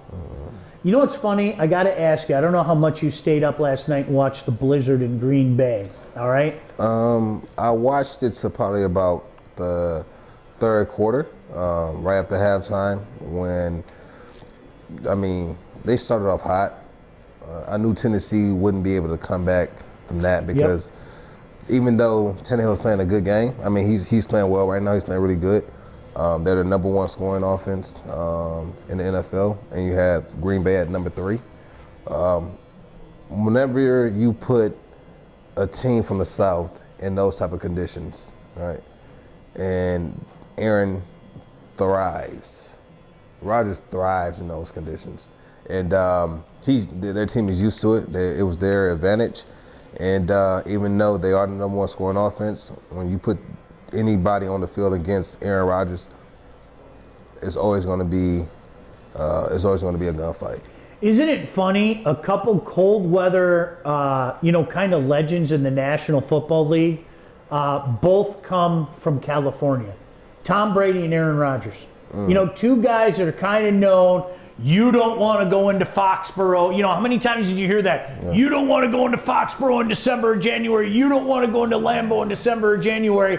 Oh, by the way, they're quarterbacked by guys that are California kids. Isn't that amazing how that works out, man? I wanted us to get a number of how many teams have walked into Green Bay in December and won in the Aaron Rodgers era. It's a good question. I want to know that. How many teams have went into, because I have not beaten him in Lambeau in December. Like, we beat them early on in Lambeau, but we never beat them in Lambeau in December. Well, there was the longest stretch. For guys like me, 18 years? 1991 to 2014 or whatever the hell it was. It was insane. It was insane. You talking about when we beat them? Yeah, when you finally beat them at Lambeau, and then beat them a couple times, as a matter of fact. Was that 14 or 15? 14 or 15, I forget. I can't remember either. Yeah, but that streak was hell. Corey with a K, what's up? So Peter King touched on something that you got about earlier. I just seen it come across my screen. He went off on Roger Goodell about not pushing back the Lions game. If you want me to read what he said. Yes, absolutely. So here's what Peter King had to say. It makes no sense to me that the Lions game wasn't moved back one day from Saturday to Sunday. How do you like to be competing against the Bucs for a playoff spot or jockeying for playoff position, and the man coaching against them Saturday has never been a position coach in the NFL and never been an NFL coach of any kind? Evan Rothstein, play caller against Tom Brady and Bruce Arians. I've said forever that this was going to be an unfair season because some teams were going to get jobbed due to COVID reasons. Unfair is one thing. Unfair is when fair is so easy to accomplish is another. And the NFL was wrong to force the Lions to play Saturday without a head coach and without most key defense coaches when, assuming their COVID tests were negative for 5 days straight, they'd been able to coach Sunday. Stinking joke. I went off on it. I went off on it last week when we were here. We went off on it this morning. I went off on it over the weekend on the radio. It's a gosh damn travesty. And again, everybody out there knows what it is. It's the National Football League and the NFL Network. It's a joke. It is a joke. If this was a regular game on a regular channel, I'm convinced it would have been moved. Convinced. There's no doubt in my mind. But the Lions' mistake here was it was on the NFL Network. That was their mistake. Shame on you, NFL. It's disgusting. But what else is new? People around here are kind of tired of the way that the NFL conducts business. This is funny. Somebody asked, which guy folds under pressure more, Phillip Rivers or Matt Ryan? I'm going to go Phil. Because a lot of what happened to Matt Ryan in his career isn't even Matt Ryan's fault. It's kind of I kind of look at Matt Ryan a little bit like Stafford. He kind of gets the blame for things that aren't on him. But Phillip, God love him and his 108 children, he's his own worst enemy. I mean, and I like the guy. I mean, seriously, I don't think the guy gets his due. But if you're going to give him his due, you also have to say this is a guy that systematically takes his foot and shoves it down his throat. I mean, honestly. I mean, he's just constantly doing it. It's incredible. You don't like Phillip? I like him. That's the worst part. I do. That's he's the type of guy that can he quarterback my team for 57 minutes? Can we do that? And then you know what I'll do, Joy? We'll do that for 57 minutes, and then I'll run you out of the Wildcat in the last 3 minutes. Is that all right? And we'll just take Phillip out of the equation. I can do that. Because Phillip will give us the lead. You won't give the lead away. Phillip will give the lead away. He'll do something Phillip-y. What are you doing? Phillip-y. Yeah, I guess you could say he did something Phillip-y. I do. I like Matt. And you know what's funny? I was going to ask you, do you think Matt has a similar, I guess, path in the NFL as Matt Ryan? So Stafford. Yes. I think so too. Yeah. I'm even sitting back looking at the weapons that he has in Atlanta now versus the weapons that Matt had back in 2014. Yeah. Like he has Julio Jones, and we had Calvin Johnson. Some years they have a good defense. Some years we have a good defense. I think they have some. I think when Matt and Ryan and Julio Jones were playing together, the same time Matthew Stafford and Calvin Johnson was playing together, that Julio actually had more catches from Matt Ryan than Calvin Johnson had from Stafford. Yeah. You can fact check me on that one, but I think I'm accurate on that as well. Yeah. So he has some weapons there on offense. But what does you think Stafford has the same weapons as Matt Ryan has right now on offense? No. Because if Kenny stays healthy, there's just one man's opinion, and that's a big if right now. I mean, that's kind of the elephant in the room, that he's been out as long as he's been out with this hip injury, right? Like Corey with a K. Does this worry you moving forward? Are you worried about this moving forward, that he's been out this long? I mean, to me, it's almost like, well, why didn't you just shut her down a few weeks ago? Why have we been playing this week-to-week thing? Is that a concern to you moving forward? Big concern, because we're talking about extending him, and we have not even seen him since the beginning of the season. And I don't know what they're gonna do. How do you feel comfortable giving him that big of a contract, and you don't know the severity of his injury, whether it's something that's going to be lingering until next year or what? And listen, when this season started, and Joy, you can chime in here, obviously. I would have argued with anybody that Kenny Golladay was in the neighborhood of top 10 receivers in the league. And, there was still a ceiling there. And you got to remember what he did last year under those circumstances were insane, because Marvin went out again. Everybody knew that the only guy that you really had to look at was Kenny Golladay, and he still put up numbers. Everybody knew that was the guy that you had to look at. You had to key on. You had to slide your safety over, whatever the case may be. And my man still got it done. So I would tell anybody, this guy's on the cusp of being a top 10 wide receiver. And right now, there's a giant question mark next to his name. There just is. And that's what's frustrating. But to answer, long-winded way to answer your question, Kenny could be there. TJ's already turning into a damn good tight end, and I still think there's a ceiling there. I like DeAndre. It is a ceiling there. And I like DeAndre. You could speak better to DeAndre than I could. I still can't figure out what happened to Kerryon, because 2 years ago he looked like the real deal.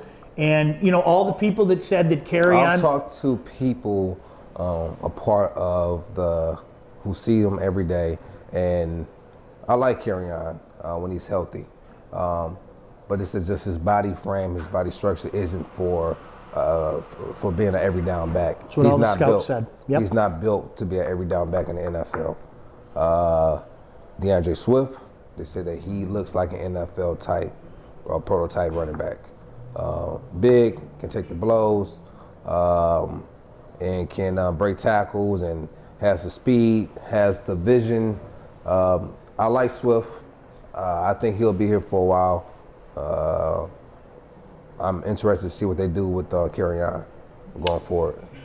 David said, when I am hired as GM of the Lions, I will get new doctors on staff. Our players in general are never healthy. He brought up Jared Davis. Jared is one of the nicest guys you'll ever meet. I have watched him from year to year turn himself into a greater physical specimen by year. Like you saw him 2 years ago and you're like, damn, that guy's put together. And then the next year he came in and he was even more put together. And then it was like negative body fat. It just isn't working for Jared Davis here. It just isn't. One reason or the other. And I'm not condescending when I say this. I think the way they use him like a dog chasing cars. Like he looks like a dog chasing cars out there. And whatever car drives by is the one that he's going to try to hit. And sadly, he's picked the wrong gap so many times. He's just, looked out of place, and it's just not working here. And it pains me to say that because I like him as an individual, and the guy is a physical specimen.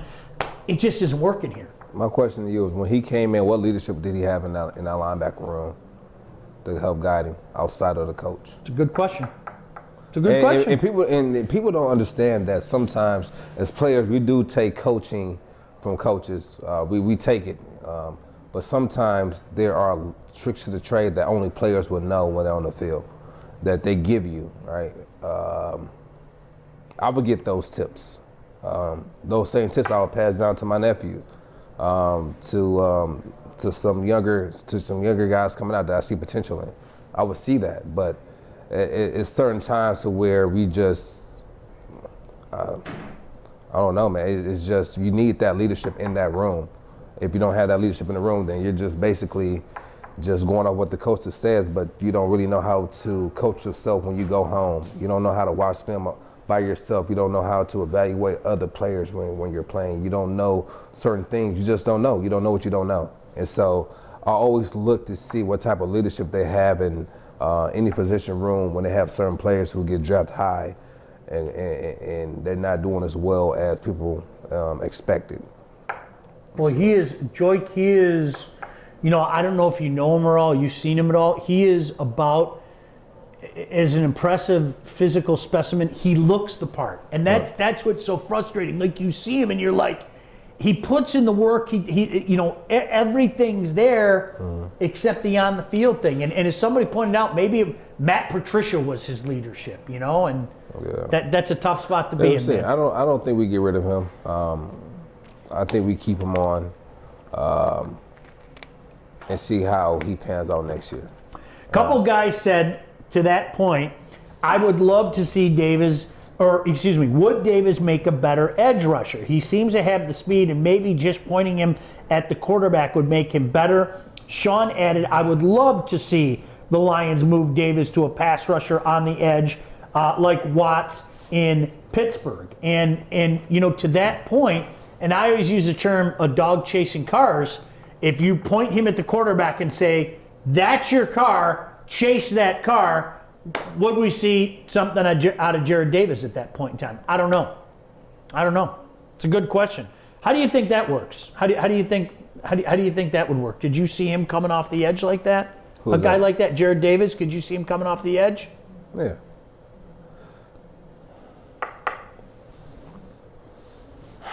That's a tough question. Yeah. That's a tough question. What it does for him is it kind of takes the thinking out of the game for him, because he's just coming off the edge. He has he either has to contain, he's going for, I think the only issue he'll probably have is when he's coming off the edge and he's playing against a team like Baltimore. He's playing against a team like the Titans. Yeah. With them, doing the misdirection with the running back. So That's the only thing I would say will probably be different for him, being able to read the quarterback handing the ball off, where he's keeping it. Do I go for the running back? Do I stay with the quarterback? I think that's the only thing I would see he'll have issues with, going to the outside edge against teams like that. Our Bills are on tonight. I can't wait to watch our Bills. I'm definitely catching the game. There are Bills, by the way. We're allowed to say that. I played there, so I have some history there. They gave him an opportunity. He played there, and here's my justification. I've stuck up for Josh Allen since day one, and we know a coach on the team. How's that? The coach on the team actually coached me at Wayne State University for 3 out of my, actually, I think he coached me for all 4 years. Yeah. He coached me all 4 years. We had another. Coach Chef, shout out. Yeah, shout out to Terry Hafner. And fun fact again, he used to be a stand-up comedian.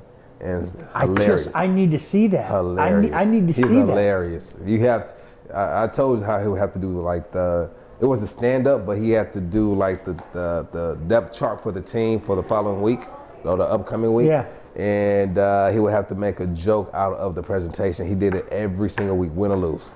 No kidding. That was his job. Oh, I got to see that. Yes. And so I'm supporting him as well. And then they gave me my first shot. They gave me my first shot to play in the NFL. Never forget that. It all started in Buffalo. You know what I got to tell you, and I don't know if you know this, when I would go in and talk to Coach Winters on Tuesday, you know, we do the interview and everything. Coach Hef, Coach Kaz, and Coach Winters are all big hockey fans. So when we would come in to talk football, all we would do is talk hockey. They would be asking me questions about hockey. It was actually really funny. All those guys wanted to do was talk hockey. Who was that? Coach Winters? Coach Hef, Coach Kaz, and Coach Winters. Yeah. Those are the only coaches, Coach Kaz and Coach Winter, that are still with Wayne State right now that I play with. Yeah. Every other coach is gone. Yep. Yeah. But those who are still there, still kicking, and Coach K is still there. You know, one of the things I do want to talk about, we got to get into the Pistons. I don't know, Kennedy, did you find this? Did you find the highest paid athletes of 2020 list? We got to get into that because we're going to ask you for some guesses. You might be surprised at some of the names on that list. Joik, I don't know if you took a look at it. I peeked already. I was surprised at a couple of the names, but then it's kind of like, duh. Why didn't I think about that? Corey with a K, were you giving me the motion to take a break? Is that what you were doing? Yeah, we need to take. I got to get on these hand gestures. We have a guest coming on at 12:30. All right. And so what we're gonna do is, we can go through the list if we want to, or we can take the 2-minute break, and then come back. I think we need to go to our 2-minute break to our ads and our sponsors for a second. And you got to. Is it ready? Special guest coming up in just a couple minutes. Don't go anywhere, Woodward Sports. Welcome to Grow Green, the green standard for garden supplies here in Michigan over the past 10 years. We offer the best gardening and lawn care products and have an extremely knowledgeable staff to help you create your dream garden or make your yard the envy of the neighborhood. Shop the store located in Whitmore Lake or online at growgreenmi.com. Delivery and curbside pickup available. Grow Green, making Michigan greener one grower at a time. We wake up every day with a choice. Keep going down the same unfulfilling path or start chasing the life we dream about. At Northwestern Tech, we want to make that choice easier by allowing you to keep working your job while training for a real career in heating and cooling. And our hands-on program is only 10.5 months. So getting in the field and building a career and actually waking up with a purpose could be a lot easier than you think. Northwestern Tech, the HVAC school that works. All right, welcome back in. Glad you could join us. Woodward Sports, he's Joik Bell. I'm Sean Baligian. As I mentioned, we got a special guest coming up. This guy is one of my personal favorites. If you know who I pull for in college football, that gives you a little bit of a hint. And some great memories of this guy going back to 2013, that magical season. I tell anybody that listens, and you can fact check me this, find me the last Big Ten champion that went 9-0 and beat everybody else in conference by double digits. Good luck with that. That's what the 2013 Spartans did, and this guy was a big part of it. And you got a chance to know this guy, Joy. I did. So we played together 2016 when I went to the Bears. He actually had a rolled ankle, so he wasn't playing too much then, but I was able to get with him. We had numerous conversations. Even when we left the team, we always kept the contact. He'll come over to the house. We'll talk business in the office, and he's doing a lot of things in the community right now. So, Jeremy Larry for everybody. What's up, Jeremy? Thanks so much for joining us, man. How are you? I'm good, man. Thanks for having me. You know, Jeremy, I've been saying this to anybody that listens, so I'm going to go right to the source. 2013 Michigan State Spartans, one of the most dominant Big Ten champions anybody will ever see. 9-0, every game by double digits. I mean, you can't find somebody else that did that. What was that like for you, man? Yeah, it was fun, man. I think the whole mindset is coming in from high school to college. We were just hungry, man. I think and that we finally clicked during that time. A lot of us was juniors and seniors, and we were just hungry. We had that mindset that we really wanted to go to the Rose Bowl, because Coach D really, instilled that in the beginning of the season, like Rose Bowl. So that was our mindset from the jump, and that's kind of how you went in there at every game. Like, we don't care who in front of us, we want to go to the Rose Bowl. For sure. So real quick, so Jeremy, our time in Chicago, man, we were initially introduced. I learned a lot about your character there, man. It was tough not to be able to play, but you was always there. You was always learning, always willing to help out. When I was there, there's one thing I noticed about him. Like, even with the younger guys that came in with, was it Kadeem? Those guys, honestly, they had so much talent in that running back room. I had no idea why they brought me until they brought me here to be like a mentor to this running back room. But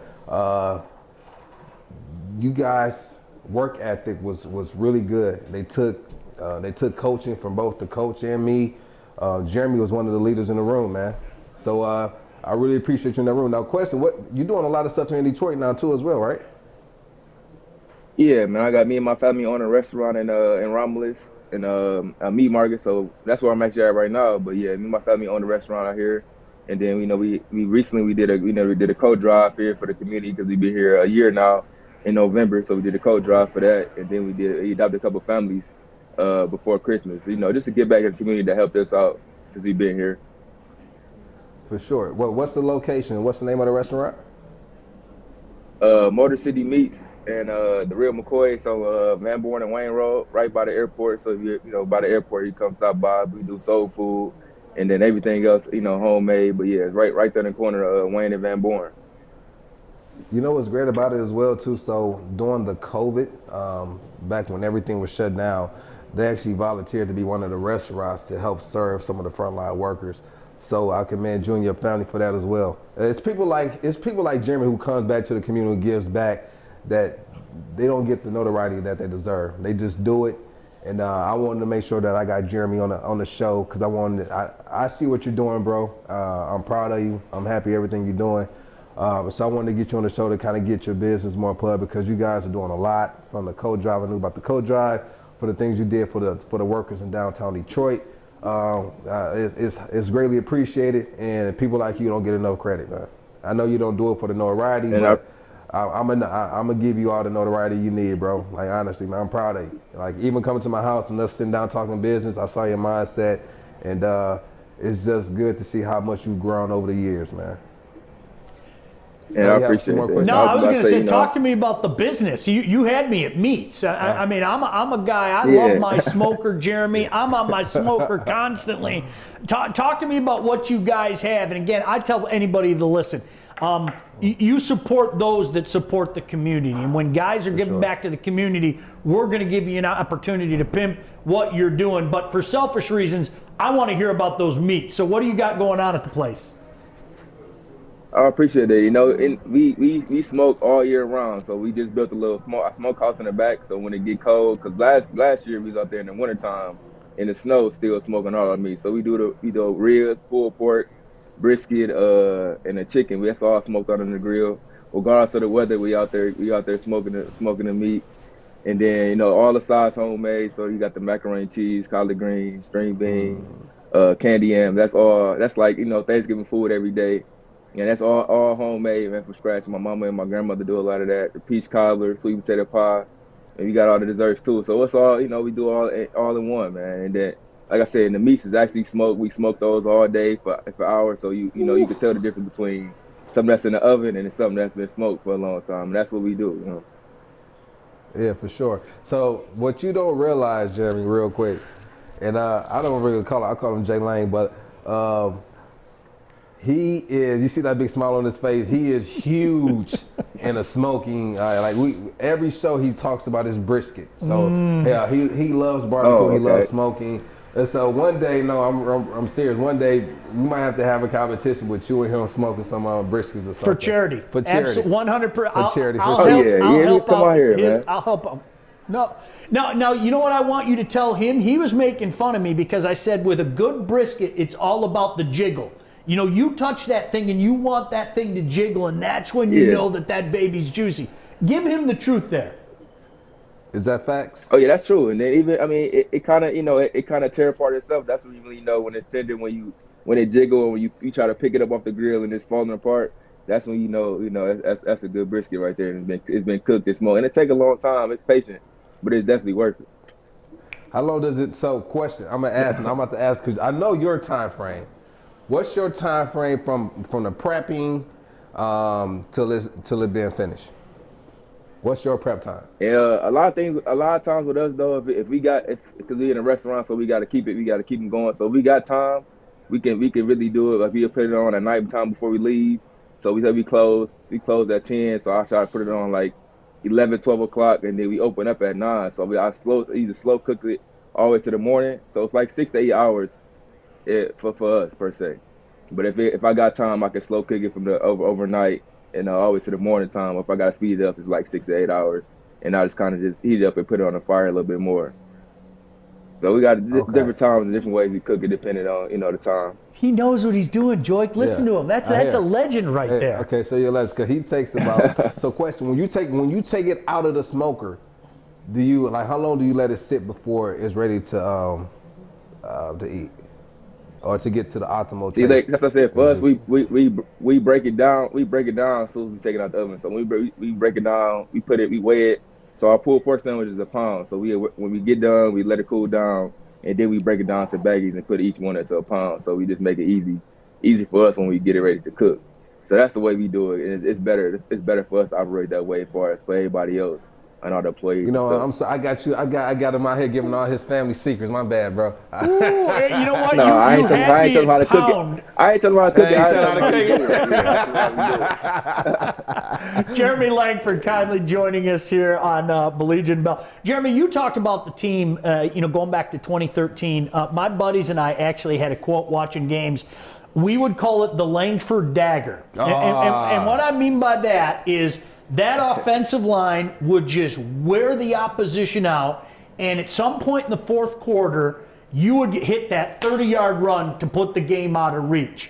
Was that something that you guys knew? Because it seemed like every game in 2013, it was like, all right, they're hanging around, and then boom, that big offensive line would give you some space, and you take off and put that game away. Was that something you guys realized, a self-confidence going into each and every fourth quarter? Yeah, after a while it became normal, man. I think that's really just Big Ten ball, because we gonna run the ball, and we might not hit the first couple home runs, but eventually we gonna wear you down and get it. And that's kind of like, to our coaches, a lot of times at practice it'd be like, how you working and you might be tired, and here go the fourth quarter. You might run a little harder or finish a little stronger. So that just, to the coaches and us is just responding to that. And we just really play Big Ten football. We know eventually we gonna break you down, and then we gonna just take off with it. Real quick, I want to ask you this. What was the most memorable moment for you when you were with the Bears? Yeah, with the Bears. Really, man, just my first time running out that tunnel in the preseason, it was just a whole, for 4 or 5 years straight, I was running out Michigan State tunnel. It was a little bit different. But my first time really running out that tunnel at Chicago and hear them fans go crazy, and I wasn't even starting then. So then the first year I started running out the tunnel, then it was just those two, moments that, a lot of people want and probably never get the chance to experience, and I did, man. I think I'm just truly blessed to be able to do that. But I really love those 2 times running out that tunnel, man. It just felt different. It's nothing like it, man. It's nothing like it. I'm telling you, man. Oh yeah. I remember my first time running out of a tunnel, right? So as a start, I was starting the last preseason game when I was with New Orleans, and usually they call out the starting, like, Drew Brees, like these guys, they'll call him out as a starter. But this particular game, I was starting at tailback, and they were doing offense, calling out. And so I actually ran out on the field with the team, but I should have stayed back in the tunnel so they can call my name. And once I realized they were calling the people that were starting for that particular game, I had to run back to the tunnel and came in through the back. And Sean Canfield, if you remember him, yeah, he was supposed to go last. Yeah. But they had to call him right then and there as I was running up. Then they saved me for last, and they called coming out. And that was one of the most surreal moments of my life when I came out and I saw the fireworks. I saw the fans cheering. I saw it was just me coming out and saw me on the big jumbotron. That's an amazing feeling, Jeremy. Like, I'm telling that's amazing, bro. Oh yeah. It's like you can't put it into words. Do you know, I got to tell Jeremy point blank. I mean, I obviously, Jeremy, I loved you in college and I'll always love you. I mean, just any Spartan fan will love you. But the one team that I least wanted to draft this guy, drafted him. I've told you, I hate the Bears. I hate the Bears with every fiber of my being. Yeah. No, what was that like for you? I mean, you're a guy, you grew up in Wayne. For people that don't know, you're giving back to the community and everything. Did you kind of have that feeling, wow, wait a second, man, the Bears, I grew up in Detroit. What was that experience like for you when you heard your name called? Man, it was like I said, it was surreal, man. I think and it really worked out good because Chicago was really 4 hours away, 4-hour drive, and a lot of times I had my family on the train, so that was easy, just straight there, straight back. They had the ride, but I really loved being in Chicago, man, and it was perfect for me because I went to college in Michigan State, so I didn't really want to stay home, but I was far enough with it. It's a short drive, but at the same time, it was further enough for me to really grow and be being my own in that aspect. But I really love being in Chicago, and I'm glad they did draft me and the teammates I met, and like I said, running to Joyce Bell, and we still bonded even though for a short period of time. And I just really really love being in Chicago, and I really appreciate them for that. For sure. I was telling Sean when I initially went to the Bears, I didn't think I was gonna I didn't want to like it. I didn't like in my mind, I didn't want to like, but when I got there and I started meeting the guys, I started seeing the culture and just seeing how close-knit the team was. I fell in love with I fell in love with the team, and I fell in love with the city. Yeah. And they usually say when you move there, you don't want to stay downtown Chicago, right?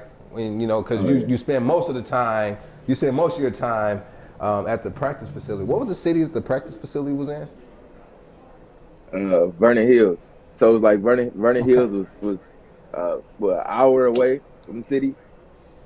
How about that? So Damn. That's it took me about 32 minutes to get from downtown to the practice facility, but I had to leave every morning before 6 a.m. I had to leave every morning before 6 in order to make it there. Traffic's worse. Right, because if you leave at 6:15, it's traffic. So you got to leave at 6 to beat the traffic, get out far enough where the traffic doesn't matter. But every Wednesday, Thursday, Friday on the way home, every single time would take me 2 hours to get home through traffic. Unbelievable. 2 hours. It take me about 33 minutes to get there, and then it takes me about 2 hours to get back home every single day. And I was just like, oh my God. I remember when they wanted to let me go, and I finally got home from being in traffic for 2 hours. They called my phone and said, "Hey, Coach wants to see you. Can you come back to the office?" I said, "Listen, you guys want to let me go? You guys got to send the car to come get me. I'm not driving in that traffic anymore." He said, "Well, the coach." I said, "Listen, if you guys want me to come back up there, y'all send me a car. I'm not driving back through this traffic. I'll bring the playbook. I'll mail it to you. Y'all should have called me. Y'all knew that. Y'all knew this morning. Y'all should have called me before I left the facility. Hey, Jeremy, you're still property. Way before though. Yeah. You're still CFL property, right? You're still with Saskatchewan. Obviously, they didn't have a season, but you're still with Saskatchewan, right? Yeah, I signed a two-year contract, and for this season they canceled this season. So hopefully, everything work out. They had a season starting in May, and I get a year, because I was out for a while, I got hurt, so I get a year to go back and just prove to myself and prove that I am healthy and I can play. Really just go out with a bang. It's a darn good football league, too. I mean, it really is. Guys, you've seen guys go there. You've seen guys come back and everything. But, I mean, how do you even describe what this year's like? The NFL, plowed forward and said, we're playing. I mean, you're a guy still in the prime of your career. You got some time left. How difficult is that to not be able to go for a year? Yeah, man. I think everything. I try to look at the positives and anything. It's really working out the way the way it should. I feel like I'm healthy. I'm be the healthiest I've been since I came in college football, because I never had this time off. I had a time to really watch my little brothers play at the same time, and he in high school, so I became a high school football fan, and that's fun. So everything else I just found a way to look at it in the best way, and I got to help my family with the restaurant. And then I get a whole, I guess 5 or 6 months now to really put my head down and go train and really go compete. And it's crazy because I trained with Chad Ochocinco before, worked out with him before in Florida. And I asked him about the CFL, and he was like, "Man, people think it's it is different, but people think it's such a slouch football, but it's competitive like everything else. It's really competitive, and I think they'd give me a good chance to really go get some film and just show what I can do." So real quick, I've heard this, I don't want to call it a rumor, but I heard that when you play in the Canadian Football League, they can only have a certain number of people from America on their roster. Now, is that true? They can't have a whole team full of Americans. You have to have Canadians on each team, right? It's right, 80, Jeremy? I think it's 80%. That is true, yeah. Yeah, I think it's somewhere around there, and that's what make it even more competitive, because you're fighting as an American coming over there for a couple spots. And it really don't matter, if you might be better than the next, Canadian player or Canadian running back or something. They got to have a certain amount on the team. I think a certain amount on the field or something like that too. So that makes it even more competitive for us coming in there, which is a good thing, because you got to compete in competition, bring the best out of you. Jeremy Langford kindly joining us. Jeremy, I got to ask you one thing. I mean, the Rose Bowl is something anybody who grew up around here, everybody dreamed of the Rose Bowl. I mean, it doesn't matter if you went to Wayne State. It doesn't matter if you were a Michigan State fan. Everybody went to the Rose Bowl. There was no way I was missing that as a fan, because I didn't know when Michigan State would ever be back. Had the opportunity to take my son. To say it was the best would be an understatement. What was that whole experience like for you and eventually knocking off Stanford? And it was crazy for me, going from leaving East Lansing, freezing cold, to going to California, which a lot of us never been before, and that was just crazy. And staying in the heart of LA, and seeing Staples Center, that whole experience right there itself was just wild. And then leading up to the game and going to that stadium when I think it was 1985 or something like that. Since the last time we went, it was a long time. And to be able to win that game and be in that stadium and that flag forever, and then playing that game, but the environment was crazy, man. It was we was all just hyped up. It was a great time for us, a great experience for us being young, and just really setting a staple and a stamp on our 4 or 5 years being there, and that's really our minds. Like I said, from the beginning of the season, Coach D had flew down there before we even started the season. Coach D had flew down there and showed us the Rose Bowl, and we gonna be here, and that kind of is crazy because they ended up playing and we was there that year. It was just a great experience the whole season, and then we ended off great. Man, amazing, right? No, it was unbelievable. Memories. Hey, let's give him a chance to give some love out and let people know how they can try Motor City Meats. Tell everybody what's going on at your place, where you're located. We already had one guy, Scott, said on Facebook, his place is 10 minutes from my house. I'm going to pay it a visit this week, but certainly give yourself some props and tell everybody where they can try this great product of yours. Oh, yeah. So, Wayne and Van Buren right there on the corner Wayne and Van Born by the airport. So you ever going towards that way, and then it's called the Motor City Meat. So it's actually a meat market and a restaurant. It's a 2-in-1. So the good thing about us, we cook the meats right there in the house, and then we had everything else for the raw meats as well.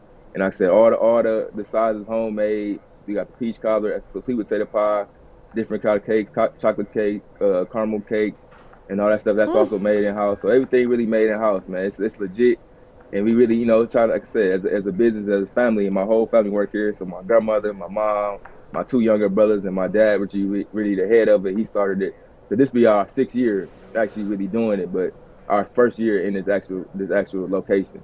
So yeah, right there on Wayne Van Born, right, man. We Monday through Saturday we 10 to 10, and then Sunday is 10 to 8.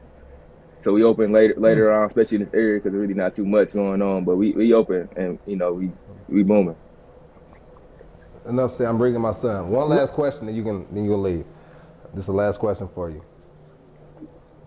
What was the most, I guess, energetic game you've ever played? The most intense game you've ever played in, from childhood to your NFL career? I got to go, I guess, my NFL career, which is my first time starting. My first time, I think Matt Forte had went down. And it's my first time starting, and I was a little nervous. We played Monday night and San Diego against the Chargers. Monday night, and we go out there, and it surprised me because how many Chicago fans travel good, and I knew that. But going to San Diego and then run out the tunnel, and it's Chicago fans everywhere. And that kind of surprised me, but it kind of like I was nervous, but that kind of helped me a little bit. And then that game, we was like a mediocre team during that time, but we went out there and we balled. And we going against, Eric Weddle was over there, and I always like watching Eric Weddle and playing against him. And then I had a good catch down, a real good catch down the sideline that Jay Cutler threw to me. So that really just sparked it up. And that's one of the best games that I did play. And that was one of the best games we played as a team that year. So I think that was 2015, my rookie year, 2015, my first year starting. And that was on Monday night. That was amazing, man. That's dope, man. That's dope to have. Great stuff. Hey, Jeremy Langford, everybody, man. Hey, bro, man, I'm going to tap in with you. I'm bringing my son to the restaurant. We're there. Same thing. Motor City Meats, Van Born in Wayne. Go check it out. They're giving back to the community. Go say hi to the man. Hey, all the best to you. Happy New Year, and can't wait to see you on the football field as well. Continued success to you, Jeremy. For sure. Appreciate you tapping in, bro. All right, appreciate y'all having me. Y'all have a blessing. You too. Likewise. Jeremy Langford kindly joining us here on Baligian and Bell, Woodward Sports. Dude, thank you for that. No problem. I enjoyed that. Are you kidding me? I love talking to that guy. I brought up, and me and Jeremy, we've been in contact since I left the Bears, and so it's good to be. And I know how big of an MSU fan you are. I knew you guys were going, you were going to talk his ear off. He was like, Sean, shut up. Poor Jeremy. He's still sitting there going, dude, all right, enough out of that guy. Come on, are you kidding me? No, hey, Joy, by the way, you heard it. He's a pro. Yeah. The jiggle's real. The jiggle's real. Now you guys can all start laughing at me. Stop laughing at me about my milkshake. Guys. It's real. It brings all the boys to the yards. How about this? Dwayne Haskins? That's what I was just about to get into. Hit me up. What the hell? Dwayne Haskins has been officially released by the Washington football team. Dude, that is unbelievable. A lot of furniture moving. Wow. Like waved. Holy crap. There has to be more than meets the eye with that story. Would you agree, Joy? Whenever something like this happens, okay? All right, like I get about him and the whole COVID thing, and it was going to be tough to live that down, and I get that he was struggling. You expect that from young players, but I got to speculate. I can't help but speculate. There's got to be more to it than just that, right? Because, how do you give up on a young player like that? A young, dynamic player like that? Don't you give him every opportunity in the world to show that he can play when a guy's drafted that highly? Yeah, I'm confused. I'm really confused. There's got to be something else going on. It has to be something going. That has something. It might be an issue with him in the front office, him and the coaching staff. It has to be something going on in the locker room aside from what's going on the football field. Yep. That's not normal. That's kind of, it reminds me of a. I've only seen that somebody get drafted that high. Somebody like Titus Young, something like that happened. Yeah. Like that's, and I'm pretty sure there's been other issues, but. Somebody said Alex Smith is killing it. They don't need him. Agreed. I mean, forget the comeback story. He's probably going to lead them into the National Football League playoffs. But don't forget, Alex Smith has a lot of wear and tear on those wheels. How much football does he have left? You know, do you at least keep Haskins around? I keep him around. Right? It must be something going on in that. It's something going on in the locker room. With him, the front office, the coaches. It has to be something going on. Or it could be something that we talked about earlier, about what J.J. Watt said. Yeah. It could be something like that. We don't know. I don't know. There's got to be something else because you don't give up on young talent like that this early in their career. You just don't. Yeah, and then you also look at, there's things that the NFL do and the team does to protect their investment. One of the things they do to protect their investment is to give everyone a playbook with the iPad or a Surface tablet, some type of tablet where you can always have access to the playbook wherever you are. And if you were to ever lose it, they can just wipe the tablet, dry and wipe it clean. What they do is you have a certain period of time where you sit in the facility, you have meetings, and you are in that tablet during the meeting. You're looking at notes, you're taking notes, and then when you go home, they actually monitor how much studying you're doing at home on your own. Yeah. That can play a part in it as well. Yeah, Are you going home and just putting it to the side and say, I'm done with football, and you just focus on yourself, or are you going home and putting in another hour, another 2 hours studying your opponent? Teams look at all of that to see how dedicated you are to their team, to their culture. But a lot of times, some players, they might not realize that, but they're always watching. There's always someone watching. And you know what? A couple comments. Alex Smith might not play again this year. The calf muscle is really a problem. I don't know what the speculation is. Does he come back this week? I've heard a rumor that he might be back. I don't know. But moving forward, that's a problem. And Ali said, empty promises. We can only speculate for now. You're absolutely right. That's where I'm at. Something tells me there's more to this. And Joik, I think you're barking up the right tree for what it's worth. Corey with a K, what's up? Hey, I was just saying we got about 5 minutes left. Did you guys want to go ahead and get into MSU? Yes, very quickly. Which part do you want to get into? You want to get into the basketball, or do you want to get into Rocky Lombardi transfer? Let's get into Rocky Lombardi. Rocky Lombardi.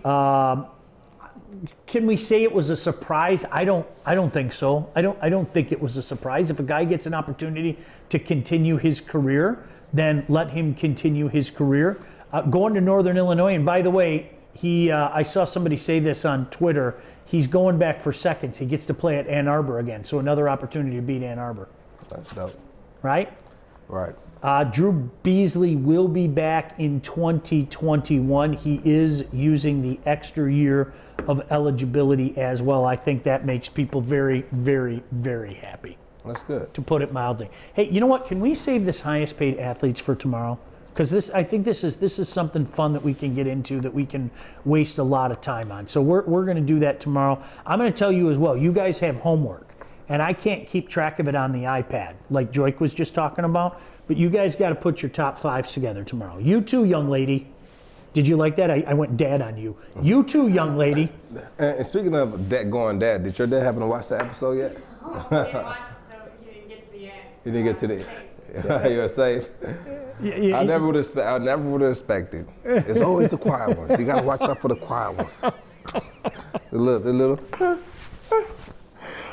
For the record, my daughter's 15. She laughs at me when I drop young lady on her because she goes, Dad, seriously, you try so hard to be serious, and I just can't take you serious. You better listen here, young lady, and she'll go like that. It's like, I'll bark, no bite. Story of my life, man. I'll bark, no Story bite. of my life is the way it bark, goes. no bite. So, wow, the Haskins thing. Wow. That's funny. Your daughter's 15 doing that. My daughter's 3 doing that. You know, it goes from Kukla to Giovanni, get over here right now. I want to go in here. Just run off. So I had to like grab her. And squat down and say, listen, baby, when daddy says this, that means y'all don't want you to get hurt. Don't go in there. Don't do that. Okay. And then she goes, does it anyway. I said, oh, God. Dude, we talked about it. This is payback. There's such this is payback. That's honest to God. I cannot believe you just said that. Like, to me, God gives you a daughter to fulfill karma. Like, I'm convinced of it. That's what God said. You are such a weasel. You got away with so much crap. And I did. As a cop's kid, I got away with so much crap. And God said, here's the even upper. He's the even upper. I'm giving you a daughter. And gave me, you know, and they soften your heart, don't they? They soften your heart. You know, and I feel bad for, and I actually feel bad for my son sometimes because I'm so hard on him. Oh, it's true. It's so hard. It's true. And I have to realize, I have to catch myself and say, you know what? I can't be hard on him and not hard on her. You know. It's different. And it's different. And it's different. Don't care what anybody says. But you know, and it's harder for me to be hard on her, but because I'm just such a softie for her, right? Yeah. And so I have to like force myself to to be stern with her. I have to be, you know, but at the same time be loving, be emotional, and oh, you got a boo boo. Let's go put a Band-Aid on it. But honestly, it might just. This is really nothing, right? She cons me. All she has to do is go, I love you, Daddy, and it's like I immediately reach for my wallet and just start peeling off money to her. It's like something possesses me, and I don't know what I'm doing. I love you, Daddy, and that's what she does. And it's like, must hand you money. You know, I mean, just complete ownership. What were you going to say, Corey, with a K, before we get out of here? You were touching on how you were just shocked about Dwayne Haskins, and I just had to look up something to double check. Jamarcus Russell stayed with the Raiders longer than Haskins Isn't stayed that with nuts? Washington. Isn't that nuts? Yeah, that was Daniel Snyder's draft pick too. Let's make no mistake. The word is he trumped everybody. He trumped his whole scouting staff and said, no, I want Haskins. So that's the owner that made that selection. Yikes, is that ugly. All right, we got to get out of here. It was great talking to Jeremy. We got another great guest coming up tomorrow. And yeah, we're going to talk barbecue with him too. Yeah, for sure. Barbecue and top 5. Later.